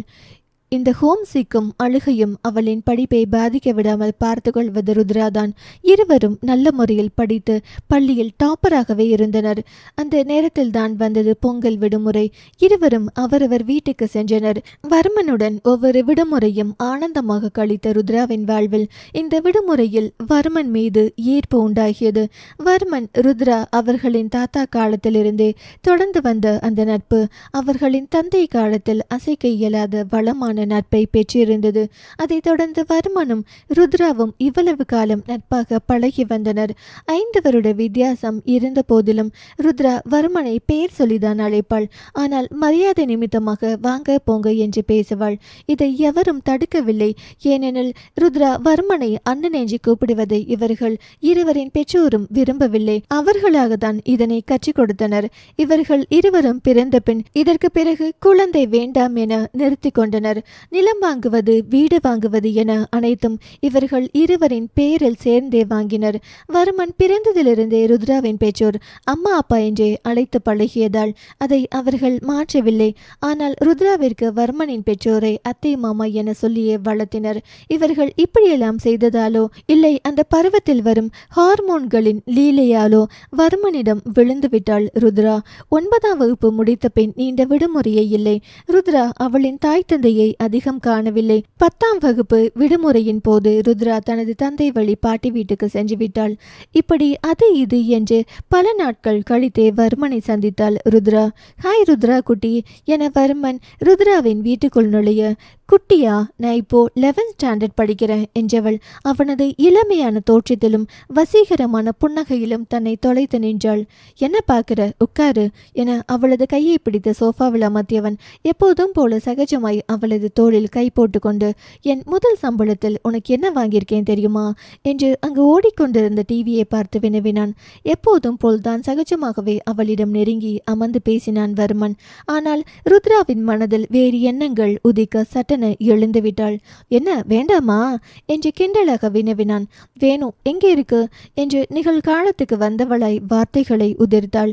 என் வீட்டில் வா போகலாம் என்று பழையபடி அவளது கைகளை பிடித்து அழைத்து சென்றான். இரு இருவரின் இல்லமும் ஒரே காம்பவுண்டுக்குள் அருகருகே தான் இருக்கும். முதலில் ஒரே வீடாக வைத்து விடலாம் என்று கூட சிந்தித்தனர். பின்னர் அவர்களின் மூத்தவர்கள் மறுக்கத்தான் இரு வீடாக கட்டியது. ருத்ராவின் பின் சென்று தனது கைகளால் அவளது கண்களை மூடியவாறே தனது வீட்டுக்குள் அழைத்து சென்று சர்ப்ரைஸ் என கூறி விடுவித்தான் வர்மன். ஹாலில் டீப்பாயில் பல சிறிய போட்டோ பிரேம்கள் இருந்தன. இரு குடும்பத்தினரின் இனிமையான தருணங்களை படமாய் பிடித்து வைத்திருந்தான். வாவ் என அவள் வெளிவிரிக்க, நீதான் ஹாஸ்டல்லே இருக்கே, இதையெல்லாம் எடுத்துட்டு போ, உனக்காக தான் செஞ்சேன் என்றான். அவள் ஒவ்வொன்றாக எடுத்து ரசித்து கொண்டிருக்க தனது அறைக்கு சென்று வந்தவன் ட்ரெஸ் என கொடுத்தான். அழகான வேலைப்பாடுகள் செய்யப்பட்ட சுடிதார் அது. அவளுக்கு பிடித்த சிவப்பு பச்சை காம்பினேஷனில் இருந்தது. எனக்கு பிடிச்ச கலர் சூப்பர் என்று அவள் அதை ஆசையாக வாங்கி பார்க்க, அதனால தான் வாங்கினேன், நீ சுடி போட்டு பார்த்ததே இல்லை, எப்பவும் மாடர்ன் ட்ரெஸ் தான், இது உனக்கு ரொம்ப நல்லா இருக்கும் என்றான் புன்னகையோடு. அந்த விடுமுறையில் புதிதாக அவனிடம் தோன்றிய ஈர்ப்பு பல மடங்கு அதிகரித்து கொண்டே சென்றது. அப்போதும் அவள் மறவாமல் வினவியது, பாப்பாவுக்கு எங்க என்றுதான். பாப்புக்கா என்று வியந்து பார்த்தான் வர்மன். ஆமா, எப்போ எனக்கு ட்ரெஸ் வாங்கினாலும் அவளுக்கும் சேர்த்து தானே வாங்குவாங்க, இத்தனை வருஷம் இப்படி தான் என்றாள். அது நம்ம பேரண்ட்ஸ் வாங்குறது, நான் ஏன் உன் ஃப்ரெண்டுக்கு வாங்கணும் என்றான். அதெல்லாம் எனக்கு தெரியாது, நம்ம பேரண்ட்ஸ் வேற நீங்க வேற இல்லை, எல்லாம் ஒன்று தான் என்றாள். அம்மா தாயே, இந்த ஒரு முறை மன்னிச்சிடு, அடுத்த முறை வாங்குறேன் என்று அவன் பெரிய கும்பிடு போடவும், சரி பிழைச்சு போங்க என்றாள் கேலியாக. அப்போதும் அவனையே அழைத்து சென்று சுபிக்கு பிடித்த மேக்ஸி ஃப்ராக் ஒன்றை வாங்கி கொண்டாள். இதெல்லாம் டூ மச் என்று கூறியவனாய் பில் பே செய்து விட்டான் வர்மன். ஹலோ, எங்க இருக்கீங்க? செல்வி ஆண்டி உங்களை காணோம்னு கேட்டாங்க என்றால் சுபி தனது மொபைலில். 10 நிமிஷத்துல வந்துடுறேன் என்றவன். அவள் சரி என்று கூறி அலைபேசி துண்டிக்க போகவும், ஏ பப்பு, ஒரு நிமிஷம் என்றான். சொல்லுங்க என்றாள் அவள். மதிய உணவு செய்ய வேண்டாம், செல்விமா கிட்ட சொல்லிடு, வெளியே போகலாம் என்று போனை வைத்தான். அவனது பப்பு என்ற அழைப்பில் பழைய நினைவுகள் எல்லாம் நினைவுக்கு வந்தன. மனதிற்கு இதமாகவும் அதே சமயம் ரணமாகவும் இருந்தது. அனைவரும் வெளியே செல்வதற்கு ஏதுவாக தயாராகி கொண்டிருக்க பழைய நினைவுகளில் மூழ்கியிருந்த சுபி அவளது பழைய உடை, ஆனால் புதுமை மங்காத தரமான உடை ஒன்றை அணிந்து கொண்டாள். ஆன்டி ரெடியா என்று கீழே இறங்கி வந்தாள் சுபி. ரெடி குட்டிமா, நானும் அங்குளும் மிஸ்டர் ஜான் வீட்டுக்கு போயிட்டு வரோம், அங்கேயே லஞ்ச் என்று செல்வி கூறினார். நல்லா இருக்கு கதை என்று முறைத்தான். அப்போது உள்ளே வந்திருந்த வர்மன், என்னடா முறைக்கிற, நாங்கள் கிளம்புறோம் என்று அவனை பார்த்து ஒற்றை கண்ணடித்து விட்டு தன் மனைவியுடனும் வெளியேறினார் சுந்தரம். செல்வியும் மலர்ந்த புன்னகையுடன் பாய் சுபி என்று கூறிவிட்டு வர்மன் ஷேன் பாக்கெட்டில் இருந்து கூலஸை எடுத்து தான் அணிந்து கொண்டு ஸ்டைலாக சென்றார். இதுக்கு ஒன்றும் குறைச்சல் இல்லை, பார்த்து கவனமாக போயிட்டு வாங்க என்று கூறி சுபியிடம் திரும்பினான். அவள் என்ன செய்வது என்பது போல அவனை காணவும், நாம போலாமா என்றான். திருமணத்திற்கு பிறகு இருவரும் அதிகம் பேசிக்கொள்ளவில்லை. தேவையான அளவான பேச்சுக்கள் மட்டுமே இருவரிடத்திலும். பெரியவர்கள் இருவரும் காரை எடுத்து சென்றதால் பைக்கில் ஏறி அமர்ந்தான் வர்மன். ஐயோ பைக்கா, இதில் எப்படி போவது? ஒரு பக்கமாக உட்காரலாம், ஆனால் நமக்கு பழக்கம் இல்லையே, கீழே விழுந்துட்டா. சரி, 2 பக்கம் கால் போட்டு உட்கார்ந்துக்கலாம் என நினைத்தாள். இல்ல வேண்டாம், வர்மன் தப்பா எடுத்துக்கிட்டா நல்லா இருக்காதே என யோசித்தவள் தட்டு தடுமாறி ஒரு புறம் அமர்ந்தாள். சுபிக்ஷா, இப்படி உட்கார்ந்து பழக்கம் இல்லைனா இருபுறமும் கால் போட்டு உட்கார்ந்து வா, ரொம்ப தூரம் போகணும் என்றான். சரி என்று வசதியாக அமர்ந்தாள். பின் படு ஜாக்கிரதையாக வண்டியை ஓட்டி சென்றான் வர்மன். இவர் என்ன போன்ல பப்புன்னு கூப்பிடுறார், நேர்ல சுபிக்ஷான்னு கூப்பிடுறார் என்று சிந்தித்தவள், சரி என்னவோ என்று சுற்றுமுற்றும் வேடிக்கை பார்த்து கொண்டு வந்தாள். அத்தியாயம் 5. ஒரு உயர்தர ஹோட்டலில் உணவருந்தி பார்க் பெஞ்சில் ரிலாக்ஸாக அமர்ந்தனர். ருத்ரா இறந்து 3 மாசம் கழிச்சு எனக்கு தகவல் வந்தது. உனக்கு அவளோட இறப்பில் மனநலம் பாதிக்கப்பட்டு மருத்துவமனையில் சேர்ந்ததா என்றான் வர்மன். ஆமாங்க, எல்லாரும் மித்ரா ஆக்சிடென்ட்ல இறந்ததா சொன்னாங்க. ஆனா எனக்கு என்னவோ வேறு காரணமா இருக்கும்னு தோணுச்சு. அது அவளை என சுபி பேச பேச அவளுக்கு வியர்த்து ஒழுகியது. கை கால்கள் நடுங்க தன்னை அறியாமல் கண்ணீர் பெருகியது. சுபி வேண்டாம் விடு, ஆல்ரைட் என வர்மன் கூற அவள் உடல் நடுக்கம் இன்னும் நெருக்கவில்லை. அவ இறப்புக்கு என்னோட அலட்சியமும் காரணம்தான். நானே ருத்ராவை கொன்னுட்டேன் என அவள் தேம்பியாள. இல்ல பப்பு, நீ காரணம் இல்ல என்று கதையற்றாலும் தன் மனைவி சுபியை ஆறுதலாய் அணைத்து கொண்டான். நீ காரணம் இல்ல பப்பு என்று அவன் மீண்டும் கூற சற்று அமைதியடைந்தாள். உடனே அவளை வீட்டுக்கு அழைத்து வந்து விட்டான் அவன். அவளது மாத்திரைகளை தண்ணீரோடு அவன் எடுத்து கொடுக்க, நீங்க என்ன நம்புவீங்களா? நான் உங்க மனைவியா கேட்கல, பப்புவா கேட்கிறேன் என்றாள். கண்டிப்பா நம்புறேன், முதல்ல மாத்திரை சாப்பிடு என்றான். மாத்திரை உட்கொண்டதும் அவளை படுக்க செய்து அவள் அருகில் அமர்ந்தான். திருமணமாகி 3 வாரங்கள் கடந்திருந்தன. இருவரும் ஒருவரையொருவர் நன்றாக பார்த்து கொள்வர், தேவைகளை கவனிப்பர். ஆனால் அதிக பேச்சுவார்த்தை எல்லாம் கிடையாது. காலை உணவுடன் செல்வியும் சுபியும் பொட்டிக் சென்று விடுவர். ஆண்கள் ரெஸ்டாரண்ட் நோக்கி நகர்வர். மதிய உணவு 1 மணி நேரம் அனைவரும் அமர்ந்து ஏதேனும் பேசியவாறு ரெஸ்டாரண்டில் சாப்பிடுவர். மாலை பொட்டிக் க்ளோஸ் செய்துவிட்டு பெண்கள் இருவரும் வாக்கிங் செல்வர். சுந்தரமும் அவர்களோடு கலந்து கொள்வார். 6 மணிக்கெல்லாம் வர்மன் வந்து விடுவான். வந்ததும் மம்மி என்று கூறியவாறு செல்வியின் மடியில் படுத்து கொள்வான். சுவி உண்பதற்கு ஏதேனும் எடுத்து வந்தாள். அதை உண்டவாறே டிவியில் ஒரு படம் பார்ப்பர்.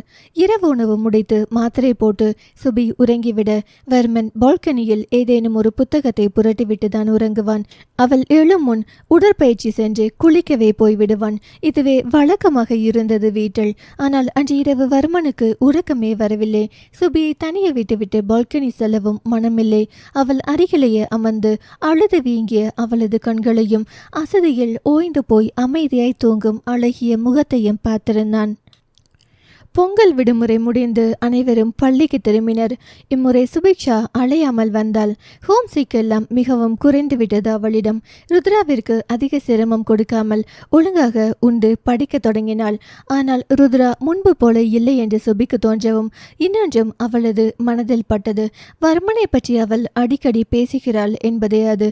என்னடி ருத்ரா, இப்போதெல்லாம் உனக்கு கோபமே வரதில்ல, எப்பவோ நல்ல மூட்ல இருக்க, என்ன விஷயம் என்றாள் சுபி. உன்கிட்ட நான் எதையுமே மறைச்சதில்லை சுபி, அதனால இதையும் சொல்லிடுறேன். ஆனால் என்று இழுத்தாள். சுபிக்கு தனது சந்தேகம் உறுதியானது போல தோன்ற, என்னடி ஆனா சீக்கிரம் சொல்லு என்று ருத்ராவின் புதிய முகபாவனைகளை பார்த்து கொண்டிருந்தாள். இதை யார்கிட்டையும் சொல்லக்கூடாது, ரொம்ப சீக்ரெட் என்றாள். என்ன வர்மனை லவ் பண்றியா என்று சட்டனை கேட்டுவிட்டாள். வாயை திறந்து பார்த்தாள் ருத்ரா. என்ன பார்க்குற, அதுதானே? ஆமா, உனக்கு எப்படி தெரியும்? பிறகு காலையில் எழுந்ததுலேருந்து இரவு தூங்குற வர அவர் புராணத்தையே தான் பாடுற, அப்புறம் யாருக்கு தான் சந்தேகம் வராது என்று முறைத்தாள் சுபி. இதில் ஒன்றும் தப்பில்லையே என்று தயக்கத்துடன் வினவினாள் அந்த 16 வயது பெண் ருத்ரா. சில நொடிகள் சிந்தித்த சுபி, அவரோட நீ பிறந்ததுலேருந்து பழகி இருக்க, அப்படி கூடவே வளர்ந்த க்ளோஸ் ஃப்ரெண்ட் மேலே எப்படி உனக்கு லவ் வந்துச்சு என்று வினவினாள் சுபி. தெரியல, அதெல்லாம் சொல்லிட்டா வருது என்று சிரித்தாள். அவளது கண்ணங்கள் சிவந்தன. தயவு செஞ்சு வெக்கம் மட்டும் படாத, பார்க்க சகிக்கல என்று சுபி கூற, போடி என்று சினுங்கினாள் ருத்ரா. ஒருவேளை இது வெறும் அட்ராக்ஷனா கூட இருக்கலாம். ரொம்ப நாள் கழிச்சு பார்த்ததாலும் அவரும் ஜாப் எல்லாம் போய் ஸ்டைலா மாறியதாலும் வந்த அட்ராக்ஷனா இருக்கலாம் தானே என்ற சிந்தனையோடு வினவினாள் சுபி. எனக்கு அப்படியெல்லாம் தோணல, அவரை திரும்ப எப்போ பார்ப்பேன்னு இருக்கு என்று கூறி அவள் அருகில் இருந்த அவனும் வர்மனும் ஒன்றாக நிற்கும் போட்டோ ஃப்ரேமை எடுத்து ரசித்தாள். பெருமூச்சு விட்டு கொண்டு அங்கிருந்து எழுந்த சுபியின் கையை பற்றிய ருத்ரா, ஜோடி பொருத்தம் எப்படி இருக்கு என்று போட்டோவை காண்பித்தாள். சுபிக்கு நிஜமாகவே பயமாகிவிட்டது. தன் தோழியின் அருகில் சென்று அவளை அணைத்தவாறு அமர்ந்த சுபி, ருத்ரா ப்ளீஸ், இது லவ் பண்ணுற ஏஜ் இல்லை. அது மட்டும் இல்லாமல் அவருக்கும் மேலே லவ் இருக்கான்னு தெரியாமல் நீ மட்டும் இப்படி ஆசையை வளர்த்து கொள்வது நல்லதல்ல என்று நல்லவளாய் அட்வைஸ் செய்தாள். வெடுக்கென்று எழுந்து கொண்டாள் ருத்ரா. சின்ன சின்ன விஷயத்துக்கெல்லாம் ருத்ராவிற்கு கோபம் வரும் என்பதை நன்கறிவாள் சுபி. தான் கூறப்போவது அவளுக்கு கோபத்தை தரும் என்று தெரிந்தேதான் ரொம்ப பொறுமையாய் அவனை கட்டி கொஞ்சி ஆலோசனை செய்தாள் சுபி. இருப்பினும் ருத்ராவின் முகத்தில் அதிகப்படியான கோபமே வெளிப்பட திட்டு வாங்கி கொள்ள தயாரானாள் சுபிக்ஷா. என் மேல லவ் இல்லாமலா இவ்வளோ கிஃப்ட், அவரோட ஃபர்ஸ்ட் சம்பளத்திலேயே வாங்கி கொடுத்திருப்பார் என்று விண்ணுக்கும் மண்ணுக்கும் குதித்தாள் ருத்ரா. இதற்கு மேலும் மறுத்து பேசினாள். நிலைமை மோசமாகிவிடும் என்று உணர்ந்த சுபி வேறு விதமாய் ருத்ராவை கையாண்டாள். ஆம், ருத்ராவின் அனைத்து பாவனைகளையும் எந்த நேரத்திலும் கையாள சுபியால் மட்டுமே இயலும். அவளது பெற்றோரால் கூட இயலாது. சரி சரி, நீ சொன்ன மாதிரியே வர்மனும் உன்னை லவ் பண்றதா வச்சுக்குவோம் என்று அவள் கூறவும், பிறகென்ன என்று அந்த போட்டோவை அணைத்து கொண்டாள் ருத்ரா. எழுந்து சென்று அந்த போட்டோ ஃப்ரேமை அவள் கையில் இருந்து வாங்கினாள். என்னடி என்று சலித்தாள் ருத்ரா. வர்மன் எங்கும் போக மாட்டார். ஆனா நீ இப்படியெல்லாம் நடந்துகிட்டா காலமோ நேரமோ உன்னை விட்டு போயிடும் என்றாள் சுபிக்ஷா. ஓடட்டும் என்று மீண்டுமாய் போட்டோவை பிடுங்கினாள் ருத்ரா. மக்கு மக்கு, இந்த காதல் கத்திரிக்காய் எல்லாம் அப்புறம் பார்த்துக்கலாம். படிப்புல கவனம் செலுத்து. நீ படிக்க வேண்டிய காலத்துல இப்படி படிக்காம இருந்தா நாளைக்கு வர்மனே கோவப்படுவார். உங்க வீட்டில் எல்லாருமே நல்லா படிச்சு நல்ல பொசிஷன்ல இருக்காங்க. நீயும் அப்படி ஒரு பொசிஷன் போயிட்டு இந்த லவ் எல்லாம் யோசி என்று சுபி முடிக்கும் முன் வர்மனே என்னை வெறுத்திடுவார் என்றாள் ருத்ரா. அவளது முகம் சின்னதாய் போனது. ஸோ இனி இதையெல்லாம் ஒதுக்கி வச்சுட்டு படிக்கிற வேலையை பாரு என்று முடித்தாள் சுபி. தேங்க்யூ டி சுபி என்று அவளது கன்னத்தில் முத்தமிட்ட ருத்ரா போட்டோவை பையில் வைத்துவிட்டு புத்தகத்தை எடுத்தாள். அத்தியாயம் 6. எப்போது எப்படி உறங்கினான் என்றே தெரியவில்லை. ஆனால் நள்ளிரவில் தன் மனைவி சுபியை அணைத்தவாறு படுத்திருந்தான். தூக்க மாத்திரைகளால் தன்னை மறந்து நித்திரையில் இருந்த சுபி அவனது மார்பிள் தனது முகத்தை பதித்து உறங்கி கொண்டிருந்தாள். அந்த நள்ளிரவு நேரத்தில் நல்ல உறக்கத்திலிருந்து மெல்ல எழுந்தவள் ஏதோ வித்தியாசமாக உணர்ந்தாள். எப்போதும் தலையணையை கட்டி உறங்குபவள் இன்று கணவனை கட்டி கொண்டுள்ளோம் என்று தெரிந்ததும் அதிர்ந்து போனாள். எழ முயற்சித்த போதுதான் அவனது இடக்கையின் மேல் தனது தலை இருப்பதும் அவனது வலக்கை தன்னை சுற்றியிருப்பதும் உணர்ந்தாள். அவனிடமிருந்து விடுவித்து கொண்டு எழுந்தாள். அவன் எழுந்து விடுவானே, இந்த நிலையில் இருவரும் சந்தித்தால் சங்கடமாக இருக்குமே என்று யோசித்தவள். பிறகு நேற்றிரவு நினைவு வந்தது. தனது பதற்றத்தை பார்த்து பயந்திருப்பார். அதனால் வழக்கம் போல இடையிலே தலையணையை வைக்க மறந்திருப்பார் என தோன்றியது சுபிக்கு. அந்த ஏசி அறையிலும் அவளுக்கு வியர்த்து கொஞ்சம் படபடத்தது. அந்த இருளும் நிசப்தமும் நீண்டது. அவன் மார்பில் இருந்து தனது முகத்தை தூக்கி அவனது முகத்தை பார்த்தாள். நன்றாக உறங்கி கொண்டிருந்தான். முதலில் தோன்றிய கூச்சமும் படபடப்பும் அகன்றது. பல ஆண்டுகள் கழித்து பாதுகாப்பு உணர்வு மேலோங்கியது. நான் பப்புவைதான் திருமணம் செய்து கொள்வேன் என்று அவன் விளையாட்டாக சிரிப்புடன் பல ஆண்டுகள் முன்பு கூறினானே, அந்த காட்சிகள் கண்முன் வந்து சென்றது.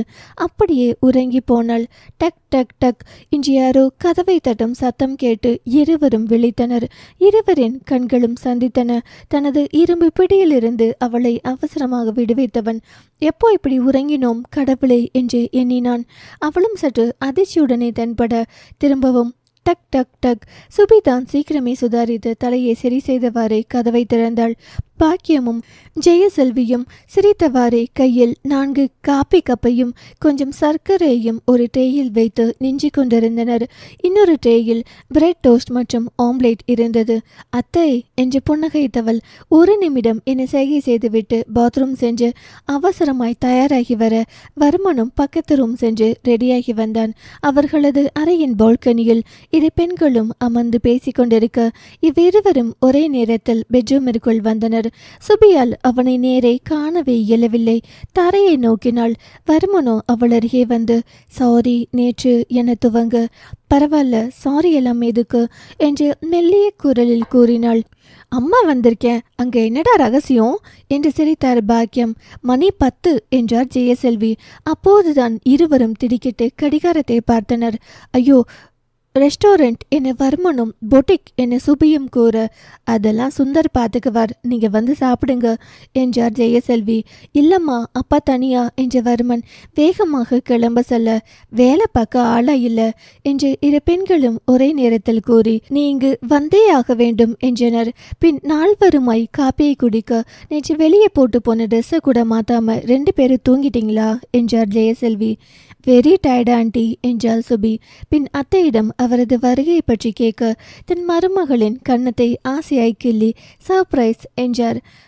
அப்போது அவர்களை அழைத்து செல்ல வந்தது வர்மன். இப்போதிலிருந்து சரியாக 7 வருடத்திற்கு முன்னால் என்று கூறலாம். அதுவே முதலும் கடைசியுமாக திருமணத்திற்கு முன்பு வர்மனும் சுபியும் நேரில் சந்தித்து கொண்டது. வர்மனை கண்டது மிகுந்த ஆனந்தத்தில் குதித்த ருத்ராவை இன்றளவும் சுபியால் மறக்க இயலாது. சுபி தனது அறையில் பெட்டிகளை எடுத்து கொண்டிருக்க வேகமாக ஓடி வந்த ருத்ரா சுபியை அணைத்து கொண்டு, வர்மன் வந்திருக்கார் பப்போ, என் வர்மன் வந்திருக்கார் என்றாள். அவருமா என்று ஆச்சரியமாய் வினவினாள் சுபிக்ஷா. அவர் மட்டும்தான் என பதிலளித்த ருத்ரா அவளது கையை பிடித்து இழுத்து கொண்டு ஓடினாள். இவள் தான் என் பப்பு, இவர் வர்மன் என அறிமுகம் செய்து வைத்தாள் ருத்ரா. சிறு புன்னகையோடு ஹாய் மட்டும் கூறியவள் லக்கேஜ் எடுத்து வர என கூறி சென்று விட்டாள். அனைவருமாக கிளம்பினர். வர்மன் காரை ஓட்டி வர இவ்விரு மகாராணிகள் பின் சீட்டில் அமர்ந்து கொண்டனர். நீங்க தான் பப்புவா? எப்பவும் உங்களை பத்தி தான் இவ பேசிட்டே இருப்பா. ருத்ரா மட்டுமல்ல, செல்வி அம்மாவும் தான் என்றான் வர்மன். நான் உங்களை விட ரொம்ப சின்ன பொண்ணு, வா போனே சொல்லுங்க என்றாள் சுபி. மேலும் தொடர்ந்து இங்க மட்டும் என்ன வர்மன் வர்மன்னு உங்களை பேசிட்டே இருப்பா என்று விட்டாள் சுபிக்ஷா. அப்படியா? என்னை பற்றி இல்லாததும் பொல்லாததும் சொல்லியிருப்பியே, அதெல்லாம் நம்பிடாதமா நீ என்றான் வர்மன். மேலும் பேச போனவளை இடைமறித்து அதெல்லாம் ஒண்ணுமில்ல என முடித்தாள் ருத்ரா. சுபிக்ஷாவோ ருத்ராவின் முறைப்பிற்கு பயந்தார் போல பாவனை செய்தாள். அவ்வளவுதான் பேச்சு. சுபிக்ஷா நன்கு உறங்கிவிட்டாள். பாதையின் நடுவிலே ஜாம் பண்ணை வாங்கி தந்தான் வர்மன். மிகவும் பிடித்த ஸ்நாக்ஸ் என்பதால் உண்டுவிட்டு சிறிது தூரம் சென்றவுடன் சுபி வாந்தி எடுக்க துவங்கிவிட்டாள். இப்படி அவள் காரில் உறங்குவது, வாந்தி எடுப்பது என எதையுமே வர்மன் இன்றளவும் மறக்கவில்லை. ஏனோ சுபி அவனது மனதில் தங்கிவிட்டாள். அவளை பற்றி எந்த ஒரு விஷயமும் அவன் மனதிலிருந்து அகலவில்லை. செல்லும் வழியெல்லாம் சுபி நன்கு உறங்கி கொண்டு வர ருத்ராவின் தேர்வை பற்றியும் அவள் துரும்பாய் மெலிந்து போய் இருப்பதை பற்றியும் வினவி கொண்டே வந்தான் வர்மன். வீடு வந்ததும் ஆனந்தமும் கும்மாளமுமாய் பரீட்சை முடிந்த குஷியில் இருவரும் தங்களது விடுமுறையை கொண்டாடி கொண்டிருந்தனர். நல்ல உணவுகள், தின்பண்டங்கள் அனைத்தும் நேரத்திற்கு கிடைக்க சொல்லவே வேண்டாம், சொர்க்கமே அது. சுபிக்கு மட்டும் அவ்வப்போது வீட்டுக்கு செல்ல வேண்டும் என தோன்றும். அதுவும் ருத்ரா மற்றும் வர்மனின் அருகாமையில் சட்டென அகன்றுவிடும். வர்மனின் பெற்றோர் ஒரு முக்கிய வேலையாக ஒரு வாரம் வெளியூர் சென்றிருந்தனர். வர்மனும் ருத்ராவும் பெற்றோரும் காலை வேலைக்கு சென்றுவிட காலை முழுவதும் இவர்கள் இருவர் மட்டுமே 2 வீட்டிலும். மாலையில் வர்மன் வந்து விடுவான். ருத்ராவின் சந்தோஷம் 2 மடங்காகிவிடும். அன்றும் அப்படிதான். அவன் வரும் சமயத்தில் ருத்ராவும் சுபியும் டென்னிஸ் விளையாடி கொண்டிருந்தனர். பைக்கை நிறுத்திவிட்டு அவன் வர அவனையே பார்த்து கொண்டு ருத்ரா பந்தை அடிக்கப் போக தொப்பஞ்சு கீழே விளைந்து விட்டாள். பார்த்துடி என்று சுபி சொல்லி கொண்டிருக்கையிலேயே வர்மன் ஓடி வந்து அடிப்படலையே, எங்க காட்டு, முதலில் எழு என்று பரபரத்தான். அட ஒண்ணுமில்ல என்று ருத்ரா கூற, என்ன ஒண்ணுமில்ல, உள்ளங்கைய பாரு, சராயத்திற்கு என்று அவள் எழுவதற்கு உதவி செய்தான். மெல்ல எழும்போதே அம்மா என்று முட்டியை பிடித்தாள் ருத்ரா. அடுத்த அடியை அவளால் எடுத்து வைக்கவே இயலவில்லை. என்ன வலிக்குதா என்று அவளை தூக்கி சென்றான். சுபி அவர்களை பின்தொடர்ந்து போக அவளை பார்த்து ருத்ரா கண்ணடித்தாள். லேசான காயங்கள் என்று சராய்ந்து போன தோலை பார்த்து கூறியவன், போய் கழுவி வா, மருந்து போடலாம் என்றான். இம்முறை அவளாகவே எழுந்து சென்றாள். சுபி அவளுக்கு உதவியல. நீ இருப்பப்போ லூசு மாதிரி எங்கேயோ பார்த்துட்டு விளையாடினால, தனியாவே போயிட்டு வரட்டும் என்றான். விளையாண்டால் அடிப்படதான் செய்யும் என்று ருத்ரா கூறிக்கொண்டே உள்ளே செல்ல, சின்ன அடிதான், அதுக்கு போய் இப்படி பதறிட்டீங்களே என ருத்ரா மேல அவ்வளோ பாசமா என்று வினவினாள் சுபி. புன்னகைத்தவன், ஆமா, அவளுக்கு ஏதாச்சுன்னா என்னால் தாங்கிக்கவே முடியாது என்றான். தன் தோழியின் மனதில் இருப்பதை போல இவரது மனதிலும் ஆசை உள்ளது என்று நிம்மதி பெருமூச்சு விட அதை அப்போதே இல்லை என்றாக்கினான் வர்மன். அத்தியாயம் 7. ருத்ரா என் தங்கையை போல என்றான். இவள் அதிர்ந்து போய் அவனை பார்க்க, அவ்வீட்டு வேலைக்காரி தங்கையா? நல்லா இருக்கே கதை.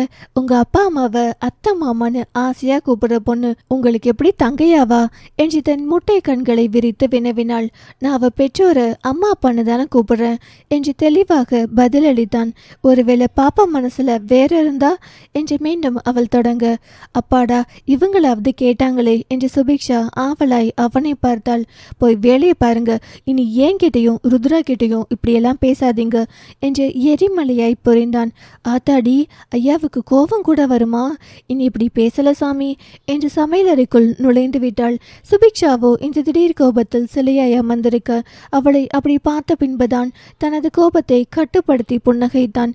சாரி, பயந்துட்டியா என்று அவன் வினவ, இல்லை என்று அவள் தடுமாற அவன் நன்றாகவே சிரித்து விட்டான். ருத்ராவின் கோபம் கோபம் பார்த்த பின்புமா எனது அதட்டலுக்கு பயப்படுற என்றான். அது பழகிடுச்சு. ஆனா உங்களுக்கு கோபமே வராதுன்னு ருத்ரா சொல்லுவா. வராதுதான். ஆனா என்ன செய்யறது, இப்போல்லாம் இது மாதிரி பேச்சு அடிக்கடி இந்த வீட்டில் வருது. அப்பா அம்மா கூட புரிஞ்சுக்காம பேசுறாங்க. அதனால தான் அப்பப்ப கோபம் வருது என்றான். சுபிக்ஷாவிற்கு என்ன கூறுவது என்றே தெரியவில்லை. மனசில் இருப்பதை அவங்க கிட்ட எடுத்து சொல்லுங்க, அவங்க மனசுல இருப்பதை கேளுங்க, சரியாயிடும் என்றாள். அப்பப்பா, நீ மட்டும்தான் அவங்களுக்கு சப்போர்ட் பண்ணாம நியாயமா பேசுற.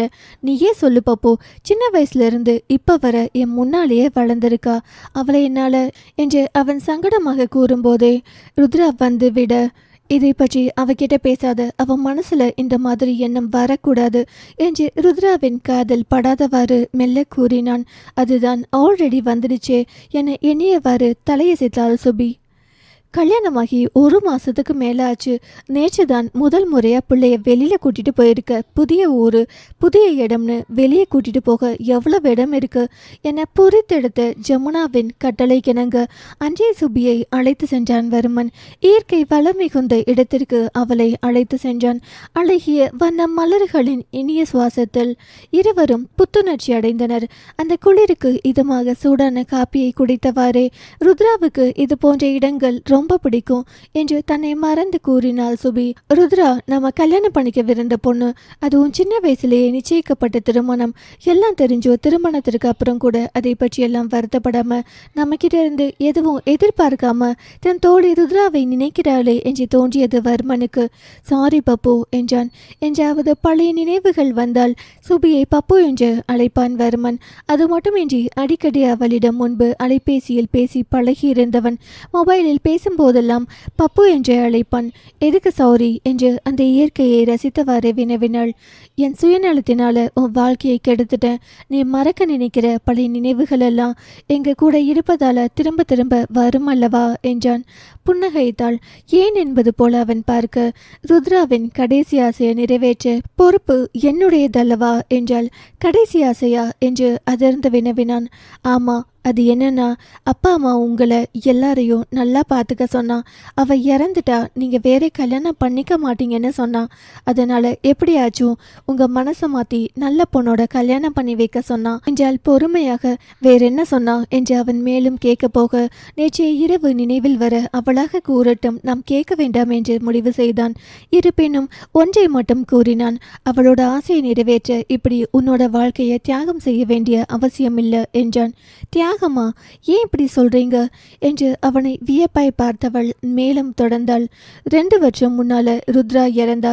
அதுவரை எந்த அதிர்ச்சியும் பார்க்காத என்னோட மனசு புத்தி ரெண்டும் அவளோட பிரிவை தாங்காம பேதலிச்சிருச்சு. 1 வருஷம் அப்படியே ஓடிருச்சு. ஒரு வழியா எல்லாம் சரியாகி நான் உங்களை தேடி வந்தப்ப நீங்க அங்க இல்லை. என்ன தேடி வந்தியா என்று வியந்தான் வர்மன். ஆம் என்பதை போல் தலையசைத்தாள். வீட்டில் என்னை வெளியவே விடல. ரொம்ப கெஞ்சி கேட்டு என் கல்யாணத்துக்கு நான் தலையசைச்சதால அங்க அனுப்பி வச்சாங்க. என்னோட அப்பாவோட வந்து தேடின. நீங்க அங்க இல்லை என்பதை தவிர வேறு எதையும் தெரிஞ்சுக்க முடியல. எதுக்கு வந்தீங்க என ஆச்சரியமாய் வினவினான் வர்மன். உங்களை கல்யாணம் பண்ணிக்க என்ற அவளது விடை அவனுக்கு சற்று அதிர்ச்சியை தந்தது. எதுவும் கேட்காமல் அவளையே பார்த்திருந்தான். என்னை விட அவளோட கடைசி ஆசையை நிறைவேற்ற வேற யாராலே முடியாதுன்னு தோணுச்சு. ஆன்டி அங்கிளையும் வேற யாரால என்னை விட நல்லா பார்த்துக்க முடியும். அதுவும் இல்லாமல் ருத்ராக்கு இப்படி ஆனப்புறம் நீங்கள் வேற கல்யாணம் செஞ்சுக்குவீங்கன்னு தோணலை என்று முடித்தாள். எல்லாரையும் பற்றியும் யோசிச்ச நீ உன்னை பற்றி யோசிக்கலையா? உன் பேரண்ட்ஸ் பற்றி யோசிச்சியா என்று கனிவாக வினவினான் வர்மன். யோசித்தேன். அதனால தான் உங்களை பார்க்க முடியாமல் போனதும் அப்பா சொன்ன மாப்பிள்ளையை கல்யாணம் பண்ணிக்க சம்மதிச்சேன். ரொம்ப நல்லவர். நிச்சயத்துக்கும் கல்யாணத்துக்கும் நடுவில் 6 மாதம் இருந்ததால் 2 பேரும் நல்லா பேசி ஒருத்தரை புரிஞ்சுக்கிட்டோம். 2 பேரும் நல்ல ஃப்ரெண்ட்ஸ் ஆனாலும் என்னால் பழசெல்லாம் மறக்கவே முடியலை. அதனால் என்று அதிர்ந்து வினவினான் வர்மன். அவர்கிட்ட சத்தியம் வாங்கிக்கிட்டேன். ருத்ராவின் ஆசையை கல்யாணத்துக்கு அப்புறமும் நிறைவேற்ற முயற்சி செய்வேன்னு. அங்கிள் ஆண்டி நல்லா பார்த்துக்க, உங்களுக்கு வேற கல்யாணம் பண்ணி வைக்க எல்லாத்துக்கும் சப்போர்ட் பண்ணுறதா சொன்னார். அப்புறம் என்ன என்பது போல் பார்த்தான் அவன். அவர் மேலே நல்ல மரியாதையும் நட்பு வந்தது. அவருக்கும் என்னை ரொம்ப பிடிச்சது. லவ் பண்ணுறதா கூட சொன்னார். ஆனால் என்னோட விதி, கல்யாணத்துக்கு முந்தின நாள் இறந்துட்டார். ஐயோ என்றானது வர்மனுக்கு. அவன் முன்பு பார்த்த பப்பு எந்த கவலையுமின்றி ஆனந்தமாய் தனது சிறகை விரித்து பறக்கும் பட்டாம்பூச்சி அவள். ஆனால் இப்போது அச்சிறகுகள் ஒடிக்கப்பட்டு வலியில் துடிக்கும் வண்ணத்து பூச்சியாய் காட்சியளித்தாள். நிச்சயிக்கப்பட்ட திருமணம் என்றாலே அப்பெண்ணின் வாழ்வு பூகம்பம் போல்தான். அதிலும் இது மிகவும் கொடியது என்று எண்ணி பேச வார்த்தையின்றி அமர்ந்தான். அவர் ரிலேஷன்ஸ் எல்லாம் என் ஜாதகத்தை குறையா பேசினாங்க. பிடிப்பே இல்லாத வாழ்க்கையில் அவர் ஒரு பிடிப்பு கொடுத்தார். அதுவும் இல்லை என்றாகிட மனசளவில் ரொம்பவும் பாதிச்சிட்டேன். என்னை பார்த்து என் ஃபேமிலி மெம்பர்ஸும் ரொம்ப கஷ்டப்பட்டனர். அவங்களுக்காக தான் நீங்கள் யாருன்னு கூட தெரியாமல் கல்யாணத்துக்கு ஒத்துக்கிட்டேன். கடவுள் அருளால் சரியான இடத்துக்கே வந்துட்டேன். தன் அருகில் அமர்ந்திருந்த அவளது தோளை சுற்றி அவன் கை போட அவளும் அவன் மீது சாய்ந்து கொண்டாள். நிம்மதியாக அவனது இதய துடிப்புகளை கேட்டவாறே கண்மூடினாள். அவளது கண்களில் இருந்து ஏனோ நீர் வந்து அவனது கைகளில் மீது விழ அவளது கையை இறுக்கமாக பற்றி கொண்டான். வர்மனால் சுபியின் வேதனையை சகிக்க முடியவில்லை. பின் அவளை நிமிர்த்தி அமர வைத்து அவள் கண்களை பார்த்து கூறினான், நான் உனக்காக மட்டுமே என்றான். அவள் சிரிப்புடன், அப்போ அத்தை அங்கிள் ஆன்டி என்றால் குறும்பாக. அவர்களை பார்க்க தான் நீ இருக்கியே என்று அவளை மீண்டுமாய் தன்னோடு அணைத்து கொண்டு கூறினான். இனி நாம நம்ம வாழ்க்கையை துவங்குவோம் என்றான். சுபியும் சரி என கூறினாள். ஆனால் சுபிக்கு ஒன்று மட்டும் விளங்கவில்லை.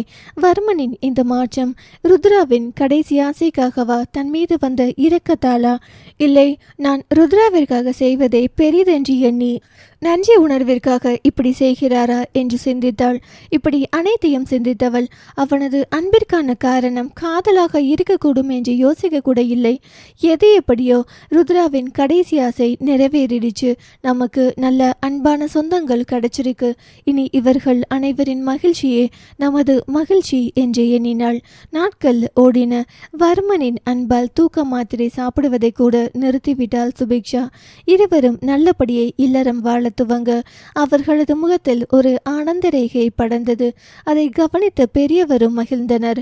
பல காலங்கள் கழித்து அந்த வீட்டில் அமைதியும் ஆனந்தமும் மீண்டும் கிடைத்தது. இந்த அளவிற்கு ஒரு நல்வாழ்வு நான் எதிர்பார்க்கவே இல்லை. குறையற்ற வாழ்வு, பல வருடங்களாய் வேண்டும் என்று வேண்டிய நிம்மதி அனைத்தும் கிடைத்துவிட்டது என சுபிக்ஷா அவளது டைரியில் எழுத அது அந்த இறைவனுக்கே பொறுக்கவில்லை போலும். அத்தியாயம் 8. நான் நாளைக்கு போய் அப்பா அம்மாவை கூட்டிட்டு வரேம்மா என்றான் வர்மன். சரிப்பா, நீ போற வழியில சுபிய அவ வீட்டில் விட்டுட்டு போக்கண்ணா. அவ அப்பாவுக்கு ஏற்கனவே ரொம்ப அலைச்சல். அவளுக்கும் வீட்டு ஞாபகம் வந்துருச்சு. 2 நாளாக கொஞ்சம் டல்லா இருக்கா. நம்ம கிட்ட சொல்லத்தான் இல்லை என்றார் செல்வி.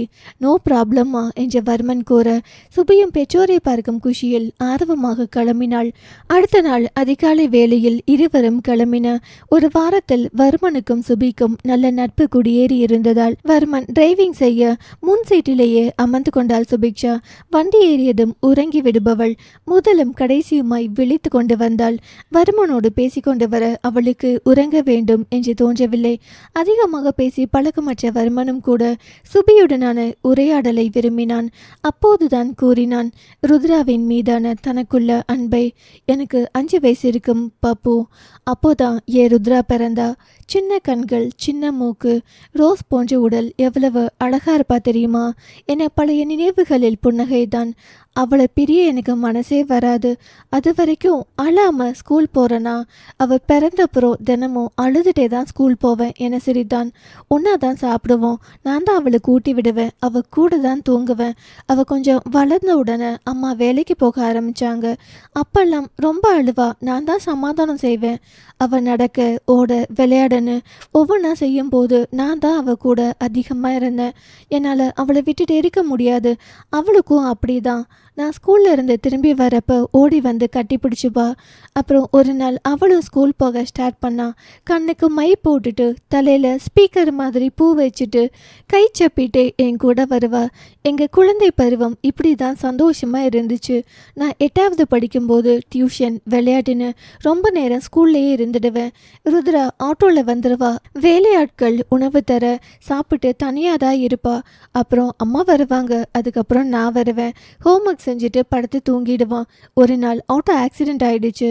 ருத்ராவை அங்கே இருந்தவங்க ஹாஸ்பிட்டலில் சேர்த்தாங்க. நாங்கள் விவரம் தெரிஞ்சு அங்கே போக 1 மணி நேரத்துக்கு மேலே ஆயிடுச்சு. ருத்ரா ரொம்ப பயந்து போயிருந்தா. அம்மா அவளை விட பயந்துட்டாங்க. அதுக்கப்புறம் தான் அவள் பாதுகாப்புக்காக ஹாஸ்டலில் சேர்க்க முடிவு செஞ்சாங்க. பெரியவனான பிறகு நான் அழுததே கிடையாது, அடம் பிடிக்கவும் மாட்டேன். ஆனால் அன்னைக்கு நான் செஞ்ச ரகளையை யாருமே மறக்க மாட்டாங்க. விஷயம் தெரிந்து முதல்ல கண்ணாடி டேபிளை உடைச்சேன். என்னைக்கும் இல்லாமல் அன்னைக்கு அப்படி கத்துனேன். ஆனால் ஒரு பையனும் இல்லை. அவளை பிறந்த நாளைக்கு இருவரும் கட்டி அழுதோம். எங்களை பிரித்து அவளை மட்டும் காரில் கூட்டிகிட்டு போயிட்டாங்க. அப்படியே காலத்தின் ஓட்டத்தில் நாங்கள் இதை பழகிக்கிட்டோம். ஒவ்வொரு லீவுக்கும் வெயிட் பண்ணுவேன். பிறகு எல்லாமே மாறிடுச்சு. அவள் வரும்போதெல்லாம் அவளோடு தான் இருப்பேன். மற்ற நேரங்களில் மற்ற என் வேலையை பார்க்க தொடங்கினேன். இந்த கதையெல்லாம் ருத்ராவின் மூலமாக முன்பே அறிந்திருந்த சுபி அதே கதையை வர்மன் கூற கேட்க கொஞ்சம் வித்தியாசமாக உணர்ந்தாள். இருவரின் கதையிலும் அன்பு இருந்தது. வர்மனின் அன்பு வேறானது, ருத்ராவின் அன்பு காதல். ரொம்ப பேசி போர் அடிச்சிட்டேனா என்று அவள் புறமாய் திரும்பி அவன் வினவ, இல்லை உங்களை போல ஒருத்தர் கிடைக்க ருத்ரா கொடுத்து வச்சிருக்கணும் என்றாள். மேலும் தொடர்ந்து, இதுதான் ஃபர்ஸ்ட் டைம் இவ்வளவு நேரமாகியும் தூங்காமல் வரேன் என்றாள். இருவரும் காலை உணவுக்காக ஒரு ஹோட்டலுக்கு சென்றனர். அவளுக்கு 2 இட்லியையும் தனக்கு பொங்கலையும் ஆர்டர் செய்துவிட்டு அதற்காக இருவரும் காத்திருந்தனர். ஹைடா வருமா என்று அவன் அருகே ஒரு பெண் வந்து அமர, ஹே எப்படி இருக்க என்று வியப்புடன் வினவினான் வர்மன். டீ-ஷர்ட்டும் 3/4 பேண்ட்டுமென விரிந்த கூந்தலுடன் ஸ்டைலாக இருந்தாள் அந்த பெண். பாட்டி வீட்டுக்கு போயிட்டுருக்கேன் என்றாள். பின் சுபியை பார்த்து, நீதான் ருத்ராவா, எப்படி இருக்க என வினவினாள். ருத்ராவோட ஃப்ரெண்ட் சுபி என்றவன். சுபி, இவங்க என் கிளாஸ்மேட் ரியா என்றான். கிளாஸ்மேட்டா, லவ்வரா, சரியா சொல்லு என்ற முகத்தில் வந்து விழுந்த கூந்தலை பின்னுக்கு தள்ளினாள் ரியா. சுபி ஆச்சரியமாக கண்களை விரித்து அவனை காண, நீ என்ன ஷாக் ஆகிற என்று சுபியிடமே வினவினாள் அவள். சுபி பதிலளிக்கும் முன் அவளை தொடர்ந்தாள். உன் தோழி ருத்ரா தான் எனக்கு பெரிய காம்படிஷன் என்றாள். ஆரம்பிச்சிட்டியா ரியா? நான் கல்யாணம் பண்ணிக்க போறது ருத்ராவோ இல்லை ரியாவோ இல்லை, அப்போ வேறு யாரு என்றாள் ரியா. தெரியலையே என வந்திருக்கும் உணவை வேகமாக உண்ண தொடங்கினான். சரி, எப்படி இருக்கணும்னு சொல்லு என்றாள் ரியா. சில நொடிகள் சிந்தித்தவன், இதோ இந்த பப்பு மாதிரி இருக்கணும் என்றான். அடுத்த அதிர்ச்சியில் புறையேறியது சுபிக்கு.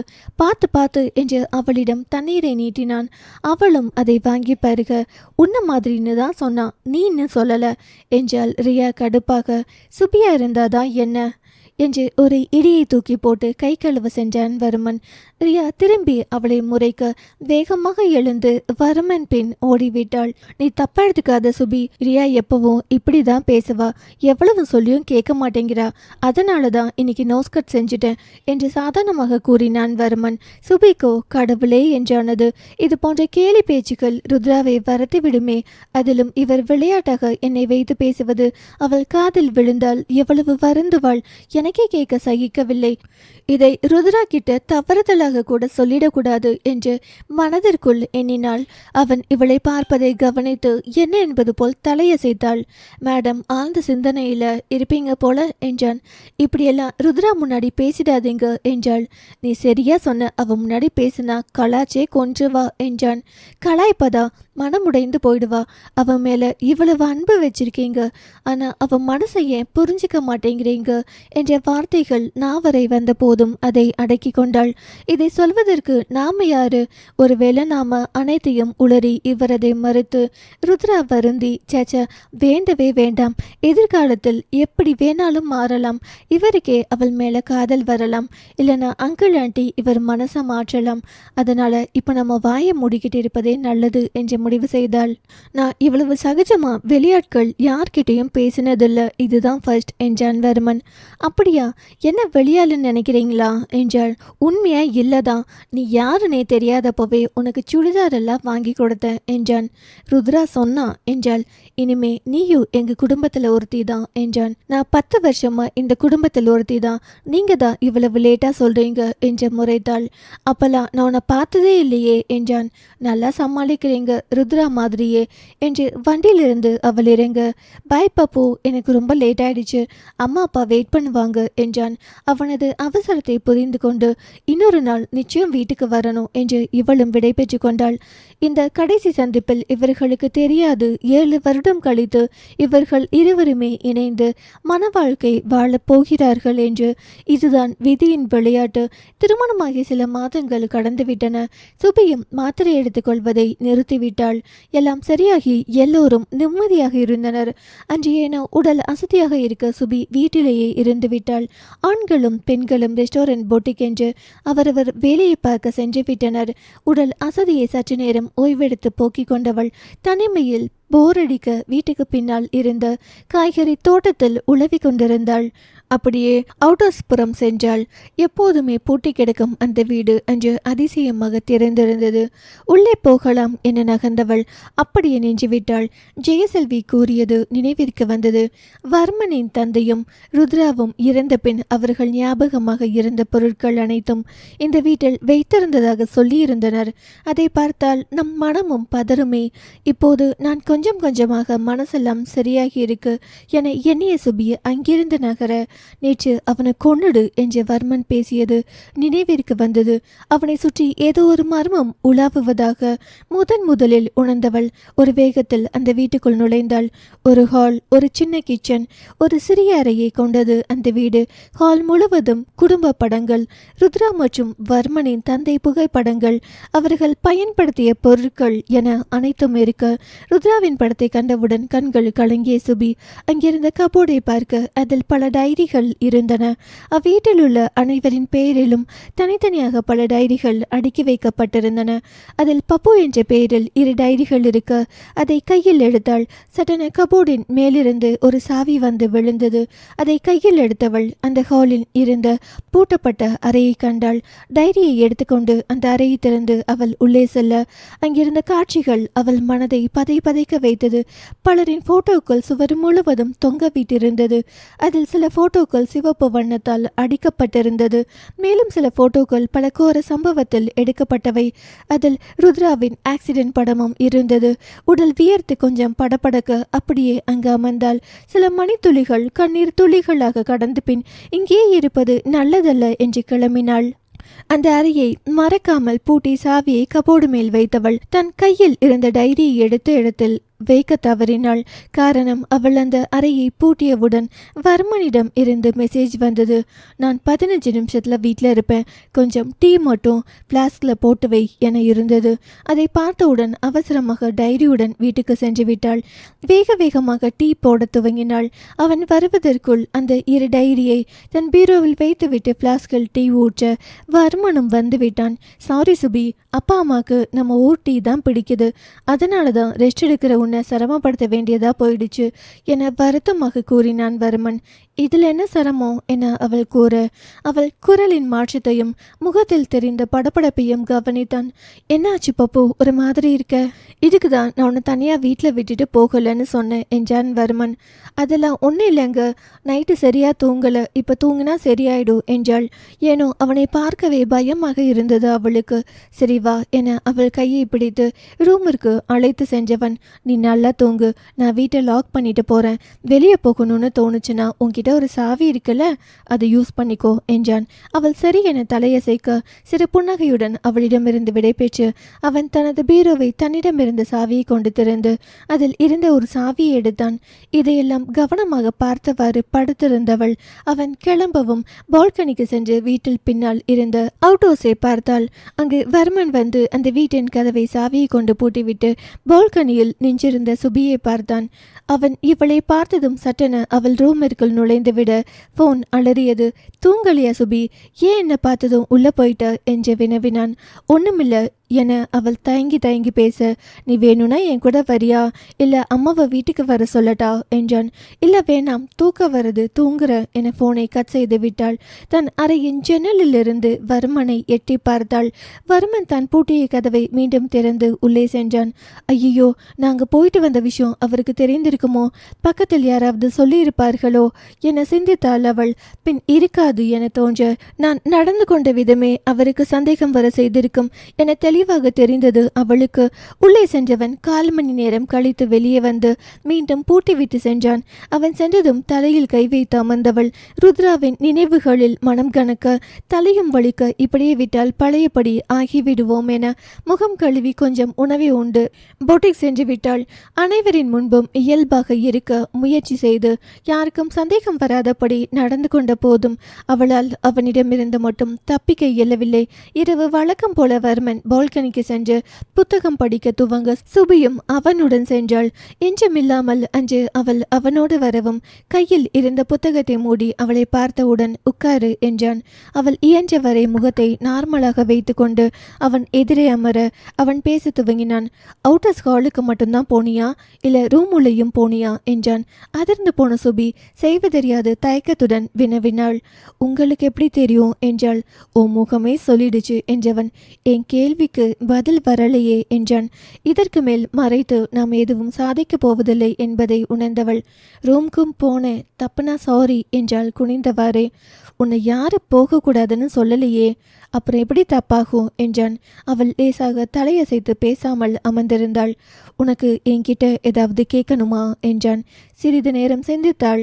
பிறகு நான் கொஞ்ச நாளைக்கு வேலைக்கு வரல, வீட்டு வேலையை மட்டும் பார்த்துட்டு இங்கேயே இருக்கேன் என்றாள். இதெல்லாம் நீ என்கிட்ட கேட்கணுமா? உனக்கு என்ன பிடிக்குமோ அதை செய், யாரும் எதுவும் சொல்ல போறதில்ல என்றான் வர்மன். சரி என அவள் எழவும். உனக்கு என்னை பிடிக்குமா சுபி என்றான். இது என்ன கேள்வி? பிடிக்கும் என்றால் புன்னகையுடன். பொதுவா கேட்கல, ஒரு ஹஸ்பண்டா என்னை ஏற்றுக்கிட்டியா என்றான். உங்களை எப்போ கல்யாணம் பண்ணிட்டு இந்த வீட்டுக்கு வந்தனோ அப்பவே நான் உங்களை என் கணவனாய் ஏற்றுக்கிட்டேன் என்றால் தயக்கமின்றி. அவளது தெளிவான பதில் அவன் மனதில் நிம்மதியை தர புன்னகையுடன் சரி நீ தூங்கு, நான் வந்துடுறேன் என்றான். மறுநாள் அனைவரும் வேலைக்கு செல்ல வீட்டில் சுபி மட்டும் கதவை தாளிட்டு கொண்டு மீதம் இருந்த வீட்டு வேலைகளை கடகடவென்று செய்து முடித்து தனது பீரோவை திறந்தாள். அவள் நேற்று வைத்த 2 டைரிகள் இருந்தன. அவ்விரண்டையும் திறந்து புரட்டியவள் அவை இரண்டும் வர்மனால் எழுதப்பட்டது என புரிந்து கொண்டாள். அதில் ஒரு டைரியில் நடுப்பக்கத்தில் பெரிதாக எழுதப்பட்ட வார்த்தைகளை கண்டு திகைத்தாள். அதில் எழுதப்பட்டிருந்தது ஐ லவ் யூ பப்பு என்று. தன் கண்களை நம்ப முடியாதவளாய் வேறொரு பக்கத்தை திருப்பி பதித்தாள். நான் பப்புவை லவ் பண்ணுறேன், ஆனால் அவள் என்ன ருத்ராவை கல்யாணம் பண்ணிக்க சொல்கிறா என எழுதியிருந்தது. அதிர்ந்தவளாய் அந்த டைரியின் முதல் பக்கத்திலிருந்து படிக்க துவங்கினாள். முதல் சந்திப்பு. இன்று நான் என் பப்புவை முதலாய் கண்ட நாள். இரட்டை ஜடை போட்டு ரிப்பன் கட்டி பள்ளி உடையில் ருத்ராவோடு சிரித்து பேசிக்கொண்டே என் அருகில் வந்தாள். அவள் சிரிப்பா கள்ளங்கபடமற்ற இன்னசென்ட் முகமா எதுவென்று தெரியவில்லை. கண்டதும் காதல் என அவளிடம் என்னை இழந்து விட்டேன். 8ஆம் வகுப்பு மாணவி அவள். கல்லூரி முதலாண்டு படிக்கும் மாணவன் நான். இப்ப போய் இந்த திடீர் காதலை சொன்னால் செருப்படி விழும் என வாயை மூடிக்கொண்டேன். எப்படியும் என்னிடம் ருத்ராவோடு வருவாள் என காத்திருந்தேன். ஆனா பப்பு அவளோட அப்பா வர ருத்ராக்கு மட்டும் டாட்டா காட்டிட்டு போயிட்டா. என் முதல் சந்திப்பு என்னும் தலைப்பில் எழுதியிருந்தது. ஒரு விதமான புதிய உணர்வு சுபியின் மனதில். அது என்னவென்று அவளுக்கே புரியவில்லை. அவளை அறியாமல் அவள் கண்களில் நீர் வழிய அது நிச்சயம் சோக கண்ணீர் இல்லை, ஆனால் ஆனந்த கண்ணீர் என்று சொல்ல முடியவில்லை. 2ஆம் சந்திப்பு. இன்று ருத்ராவை ஹாஸ்டல்ல இருந்து கூட்டிட்டு வர அம்மா டிரைவரை ஏற்பாடு பண்ணாங்க. இதுதான் சான்ஸ்னு ருத்ராவை நான் கூட்டிட்டு வரேன்னு சொல்லி என் பப்புவை பார்க்க கிளம்பினேன். இதுல என்ன லக்குனா பப்பு எங்க கூட எங்க வீட்டுக்கு வராங்கிற சூப்பர் விஷயம்தான். அது எனக்கு காரை எடுக்கும் போது தான் அம்மா சொன்னாங்க. போற வழி முழுக்க 3 வருஷம் முன்னாடி பார்த்த என் பப்புவை மனசுல நினைச்சுக்கிட்டு இளையராஜா பாட்டு கேட்டுட்டு ரொமான்டிக் மூட்ல போனேன். கடைசியில் என் பப்புவை பார்த்தேன். இன்னும் ரொம்ப அழகா அதே கபடமற்ற சிரிப்புடன் இருந்தாள். போற வழி முழுக்க அவளோட பேசிட்டு போகணும்னு நினைச்சேன். ஆனா சீக்கிரமே தூங்கிட்டா. நான் வேற நடுவில் சாப்பாடை வாங்கி கொடுக்க, அதனால அவ வாந்தி எடுத்து ரொம்ப டயர்டாயிட்டா. இனி அவளுக்கு பயணத்துல எதுவுமே வாங்கி தரக்கூடாதுன்னு முடிவு பண்ணேன். இப்போ என் பப்பு என் வீட்டில். இனியும் டைரி எழுதி என் டைம் வேஸ்ட் பண்ண விரும்பல. இன்னைக்கு நானும் பப்புவும் மட்டும் தனியாக ரொம்ப தூரம் பயணித்தோம். என் மனசில் இருக்கிறத நான் விளையாட்டா என் பப்பு கிட்ட சொன்னேன். பப்பு மாதிரி ஒரு பொண்ணை தான் நான் கல்யாணம் பண்ணிக்குவேன்னு. அவளும் அதை சீரியஸாக எடுத்துக்கல. என்னால் இந்த நாளை மறக்கவே முடியாது. அவளோட ரொம்ப நேரம் பயணித்தேன். வாழ்க்கையில் முதல் முறையாக அவள் தூங்காமல் வந்தா. நானும் முதல் முறையாக வாயை மூடாமல் பேசிட்டு வந்தேன். இருவரின் எண்ணங்களும் விருப்பங்களும் கிட்டத்தட்ட ஒரே மாதிரி இருந்தன. அவளது அமைதியான சுபாவம், பொறுமையான தெளிவான பேச்சு என அனைத்தும் என்னை மிகவும் கவர்ந்தது. ருத்ரா கூறியது போலவே அவள் ஒரு நல்ல பெண்தான். 3ஆம் சந்திப்பு. நான் பப்புவை பார்த்து 2 வருஷம் ஆயிடுச்சு. காலப்போக்கில் நான் அவளை மறந்துடுவேன்னு நினச்சேன். ஆனால் என்னால் அவளை மறக்கவே முடியலை. அவளை பற்றி நான் யோசிக்காத நாட்களே கிடையாது. சில சமயம் இந்த கண்மூடித்தனமான காதல் எனக்கு முட்டாள்தனமாக தெரிந்தாலும் என்னால் விட முடியலை. அதனால் இன்னைக்கு எப்படியாச்சும் இதை பப்பு கிட்ட சொல்லிடணும்னு கிளம்பினேன். தூரத்துல இருந்து என் பப்புவை பார்த்தேன். அவள் முகம் சரியா தெரியல. அடையாளம் தெரியாத அளவுக்கு மாறி இருந்தா. காலேஜுக்கு பக்கத்துல இருந்த பூங்காவில் ருத்ராவோட அமர்ந்திருந்தாள். சுபி கிட்ட பேசலாம்னு போனப்பதான் ருத்ரா சொன்னது என் காதுல விழுந்துச்சு. வர்மனை நான் இவ்வளோ நாள் யாருக்கும் தெரியாம லவ் பண்ணதுக்கு இன்னையோட முடிவு வந்துடுச்சு சுபி. எங்க வீட்டில் எங்க கல்யாண பேச்சை பேச ஆரம்பிச்சிட்டாங்க. இன்னைக்கு நைட்டு இதை பற்றி வர்மன் கிட்ட பேச போறாங்க என்று சந்தோஷமாக ருத்ரா சொல்லிட்டு இருந்தா. இதையெல்லாம் அவர்களுக்கு பின்னால் இருந்த பெரிய மரத்துக்கு பின்னால் நின்று கேட்டு கொண்டிருந்தேன். நான் என் தங்கையா என் தோழியா பார்த்த என் ருத்ரா இப்படி பேசியதை கேட்டு ஒரு புறம் அதிர்ச்சியாக இருக்க, மறுபுறம் என் காதலி தன் தோழியின் காதல் வெற்றி பெறப் போவது குறித்து சந்தோஷமாக இருந்ததை அவள் வார்த்தைகள் மூலம் கேட்டபோது மேலும் அதிர்ச்சியாக இருந்தது. இனி என் சுபி என் காதலை ஏத்துக்க மாட்டான்னு தெளிவா தெரிந்தது. இனி என் ருத்ரா கிட்ட என்னால் நார்மலாக இருக்க முடியாதுன்னு தெளிவாய் தெரிந்தது. யாரையும் சந்திக்காமல் வீடு திரும்பினேன். சுபியோட முகத்து கூட நான் சரியாக பார்க்கல. அடுத்த முறை பார்த்தா அடையாளம் தெரிந்து கொள்ள முடியுமான்னு கூட தெரியல. வீட்டில் அனைவரும் கல்யாணம் பண்ணிக்க சொன்னாங்க. நான் முடியாதுன்னு சொல்லிட்டேன். தான் படிப்பதை நம்ப இயலாதவளாக சுபி அந்த டைரியை படிக்க, அந்த டைரியை அவள் முழுவதும் படித்து முடிக்கும்போது ஒன்றை மட்டும் தெளிவாக தெரிந்து கொண்டாள். 10 வருடங்களுக்கும் மேலாக வர்மனின் மனதில் குடிக்கொண்டிருந்த ஒரே பெண் அவள்தான் என்றும், வர்மனை போல ஒரு பெண்ணை நேர்மையாக உயிருக்கு உயிராய் எவராலும் நேசிக்க முடியாது என்றும் புரிந்து கொண்டாள். தான் படித்தது எல்லாம் மனதிற்குள் பலமுறை ஓட்டி பார்த்து கொண்டிருந்தவள். வர்மனின் வண்டி சத்தம் கேட்கவும் வேகமாக எழுந்து சென்று கதவை திறந்தாள். அவளை பார்த்ததும் சிநேகமாக புன்னகைத்தவன், அன்னைக்கு அப்பா அம்மா எல்லாம் அவங்க ஃப்ரெண்டு வீட்டுக்கு போயிருக்காங்க. நாளைக்கு லீவில், அதனால ஒரு நாள் அங்கே இருந்துட்டு திங்கக்கிழமை வரேன்னு சொன்னாங்க என கூறி தன் அறைக்கு சென்றான். அவன் உடை மாற்றி கீழே வரவும் அவள் அவனுக்காக மாலை சிற்றுண்டியை தயார் செய்து வைத்திருந்தாள். நீ சாப்பிட்டியா என அவன் அவள் அருகில் வரவும் கண்கள் கலங்க அவனை அணைத்து கொண்டாள். லவ் யூ வர்மன் என அவள் கூற சற்று அதிர்ந்தவன் அவளை தன்னிடமிருந்து விலக்கி, என்ன சொன்ன இப்ப என அவள் முகத்தை பார்த்து ஆனந்தமாக வினவினான். லவ் யூ என கண்களில் நீருடன் முகத்தில் சிரிப்புடன் மனதில் நிறைவுடன் அவள் மீண்டும் கூறிய விதம் வர்மனை திணற செய்தது. Love you too, love you Pappu என்று அவளை மீண்டும் அணைத்து கொண்டான். அத்தியாயம் 10. அடுத்த நாள். அடுத்த டைரி. வீட்டில் பெரியவர்கள் யாருமில்லை. வர்மன் வேலை இருப்பதாக சொல்லி அவுடோர் சென்று விட்டான். அந்த நேரத்தை சரியாக பயன்படுத்தி அடுத்த டைரியை படிக்க தொடங்கினாள். நடப்பது நடக்கட்டும் என சுபியிடம் என் காதலை சொல்ல அவளுக்கு அலைபேசியில் அழைத்தேன். நான் என் மனதில் இருப்பதை சொல்வதற்கு முன் அவள் அவளுடைய மனதை வாட்டும் விஷயத்தை சொல்ல துவங்கினாள். ருத்ரா உங்க மேல அளவில்லாத காதலை வச்சிருக்கா. இப்போ நேத்துல +1 படிக்கும் போதிலிருந்தே நீங்க அவளை கல்யாணம் பண்ணிக்க மறுத்ததை அவளால் தாங்கிக்க முடியல. ருத்ரா கஷ்டப்படுறத என்னால் பார்க்க முடியல. எனக்கு தெரியும் உங்களுக்கு ருத்ரா மேல அதிக பாசம் இருக்குன்னு. இப்போ கூட அவளை பற்றி விசாரிக்க தான் கூப்பிட்டீங்கன்னு தெரியும். நான் சொல்கிறத தயவு செய்து புரிஞ்சுக்கோங்க. நீங்கள் ருத்ரா மேலே வச்சிருக்க அன்பு காதலாக மாறும் வர நம்ம ருத்ரா சந்தோஷமாக இருக்க மாட்டா. அவள் இப்படி இருந்தால் நம்மளால் நிம்மதியாக இருக்க முடியாது. நான் அளவுக்கு அதிகமாக பேசியிருந்தா மன்னிச்சிருங்க. எனக்கு ஒரு ஃபோனை கட் செய்து விட்டாள் என் சுபி.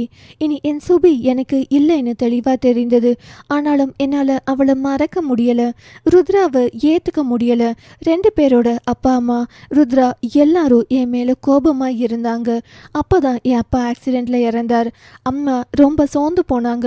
அப்புறம் எல்லாரும் என் பிடிவாதத்தால் வருந்த எனக்கு பிடித்த வாழ்க்கை தான் இனி இல்லை.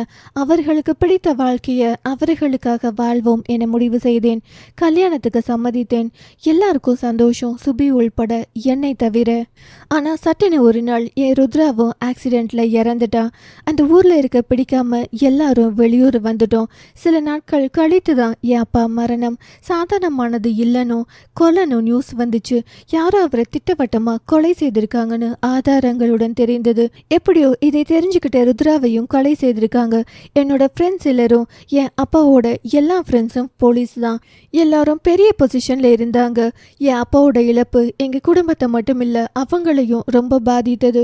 அதில் ஒருவன் தான் என் அப்பா தான் அவனை வளர்த்து ஆளாக்கி அவனை ஐபிஎஸ் படிக்க வைத்தார். அவன் தான் முதலில் சந்தேகப்பட்டு தானாகவே இந்த கேஸை எடுத்து இன்வெஸ்டிகேட் பண்ணி இப்படி ஒரு நியூஸ் என்கிட்ட கொடுத்தது. அதுக்கப்புறம் நான் மட்டும் இந்தியா வந்து அந்த மர்ம நபரை என் ஃப்ரெண்டு கூட தேட தொடங்கினேன். அப்போ தான் என் சுபியை தேடி போனேன். அப்போ தான் அவள் ஃப்ரெண்ட்ஸ் மூலமாக அவள் மனநல பாதிக்கப்பட்டு இருக்கான்னு தெரிஞ்சது. ருத்ரா ஞாபகம் வர எதையும் அவள் பார்க்க வேண்டாம்னு சொன்னாங்க. எவ்வளவு சிரமப்பட்டு அந்த கொலைக்காரனை எங்களால் கண்டுபிடிக்க முடியலை. சுபியையும் பார்க்க முடியலை.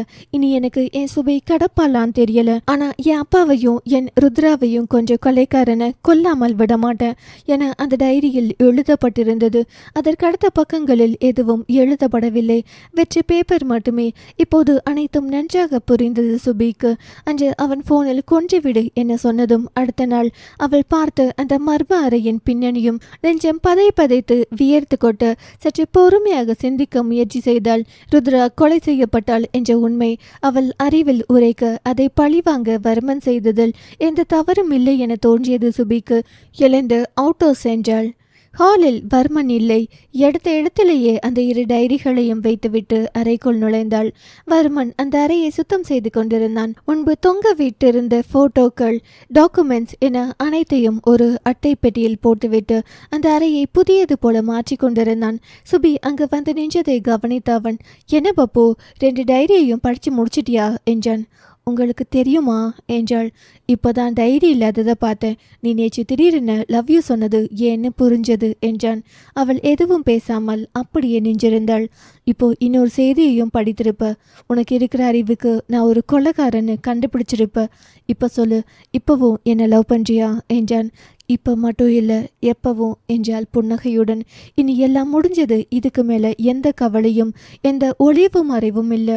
நாங்கள் செஞ்ச அந்த கொலை இல்லை, என்கவுண்டர். அதனால் எந்த பயமும் தேவையில்லை என்றான்.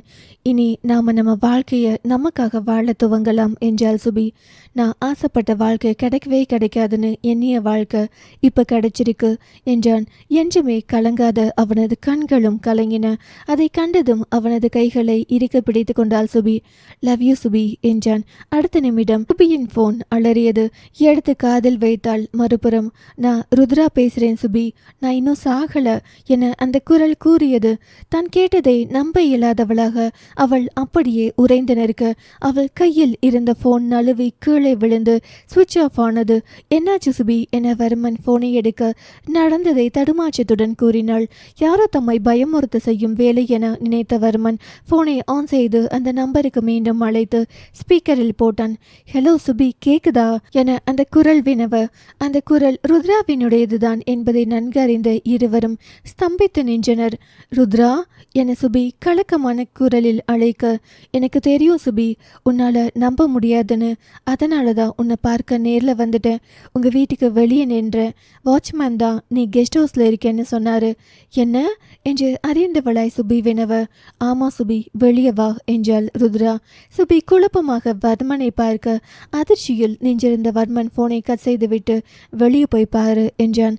அவள் நகரவும் எதற்கும் இருக்கட்டும் எனதான் மறைத்து வைத்திருந்த துப்பாக்கியை கையில் எடுத்துக்கொண்டு நடந்தான்.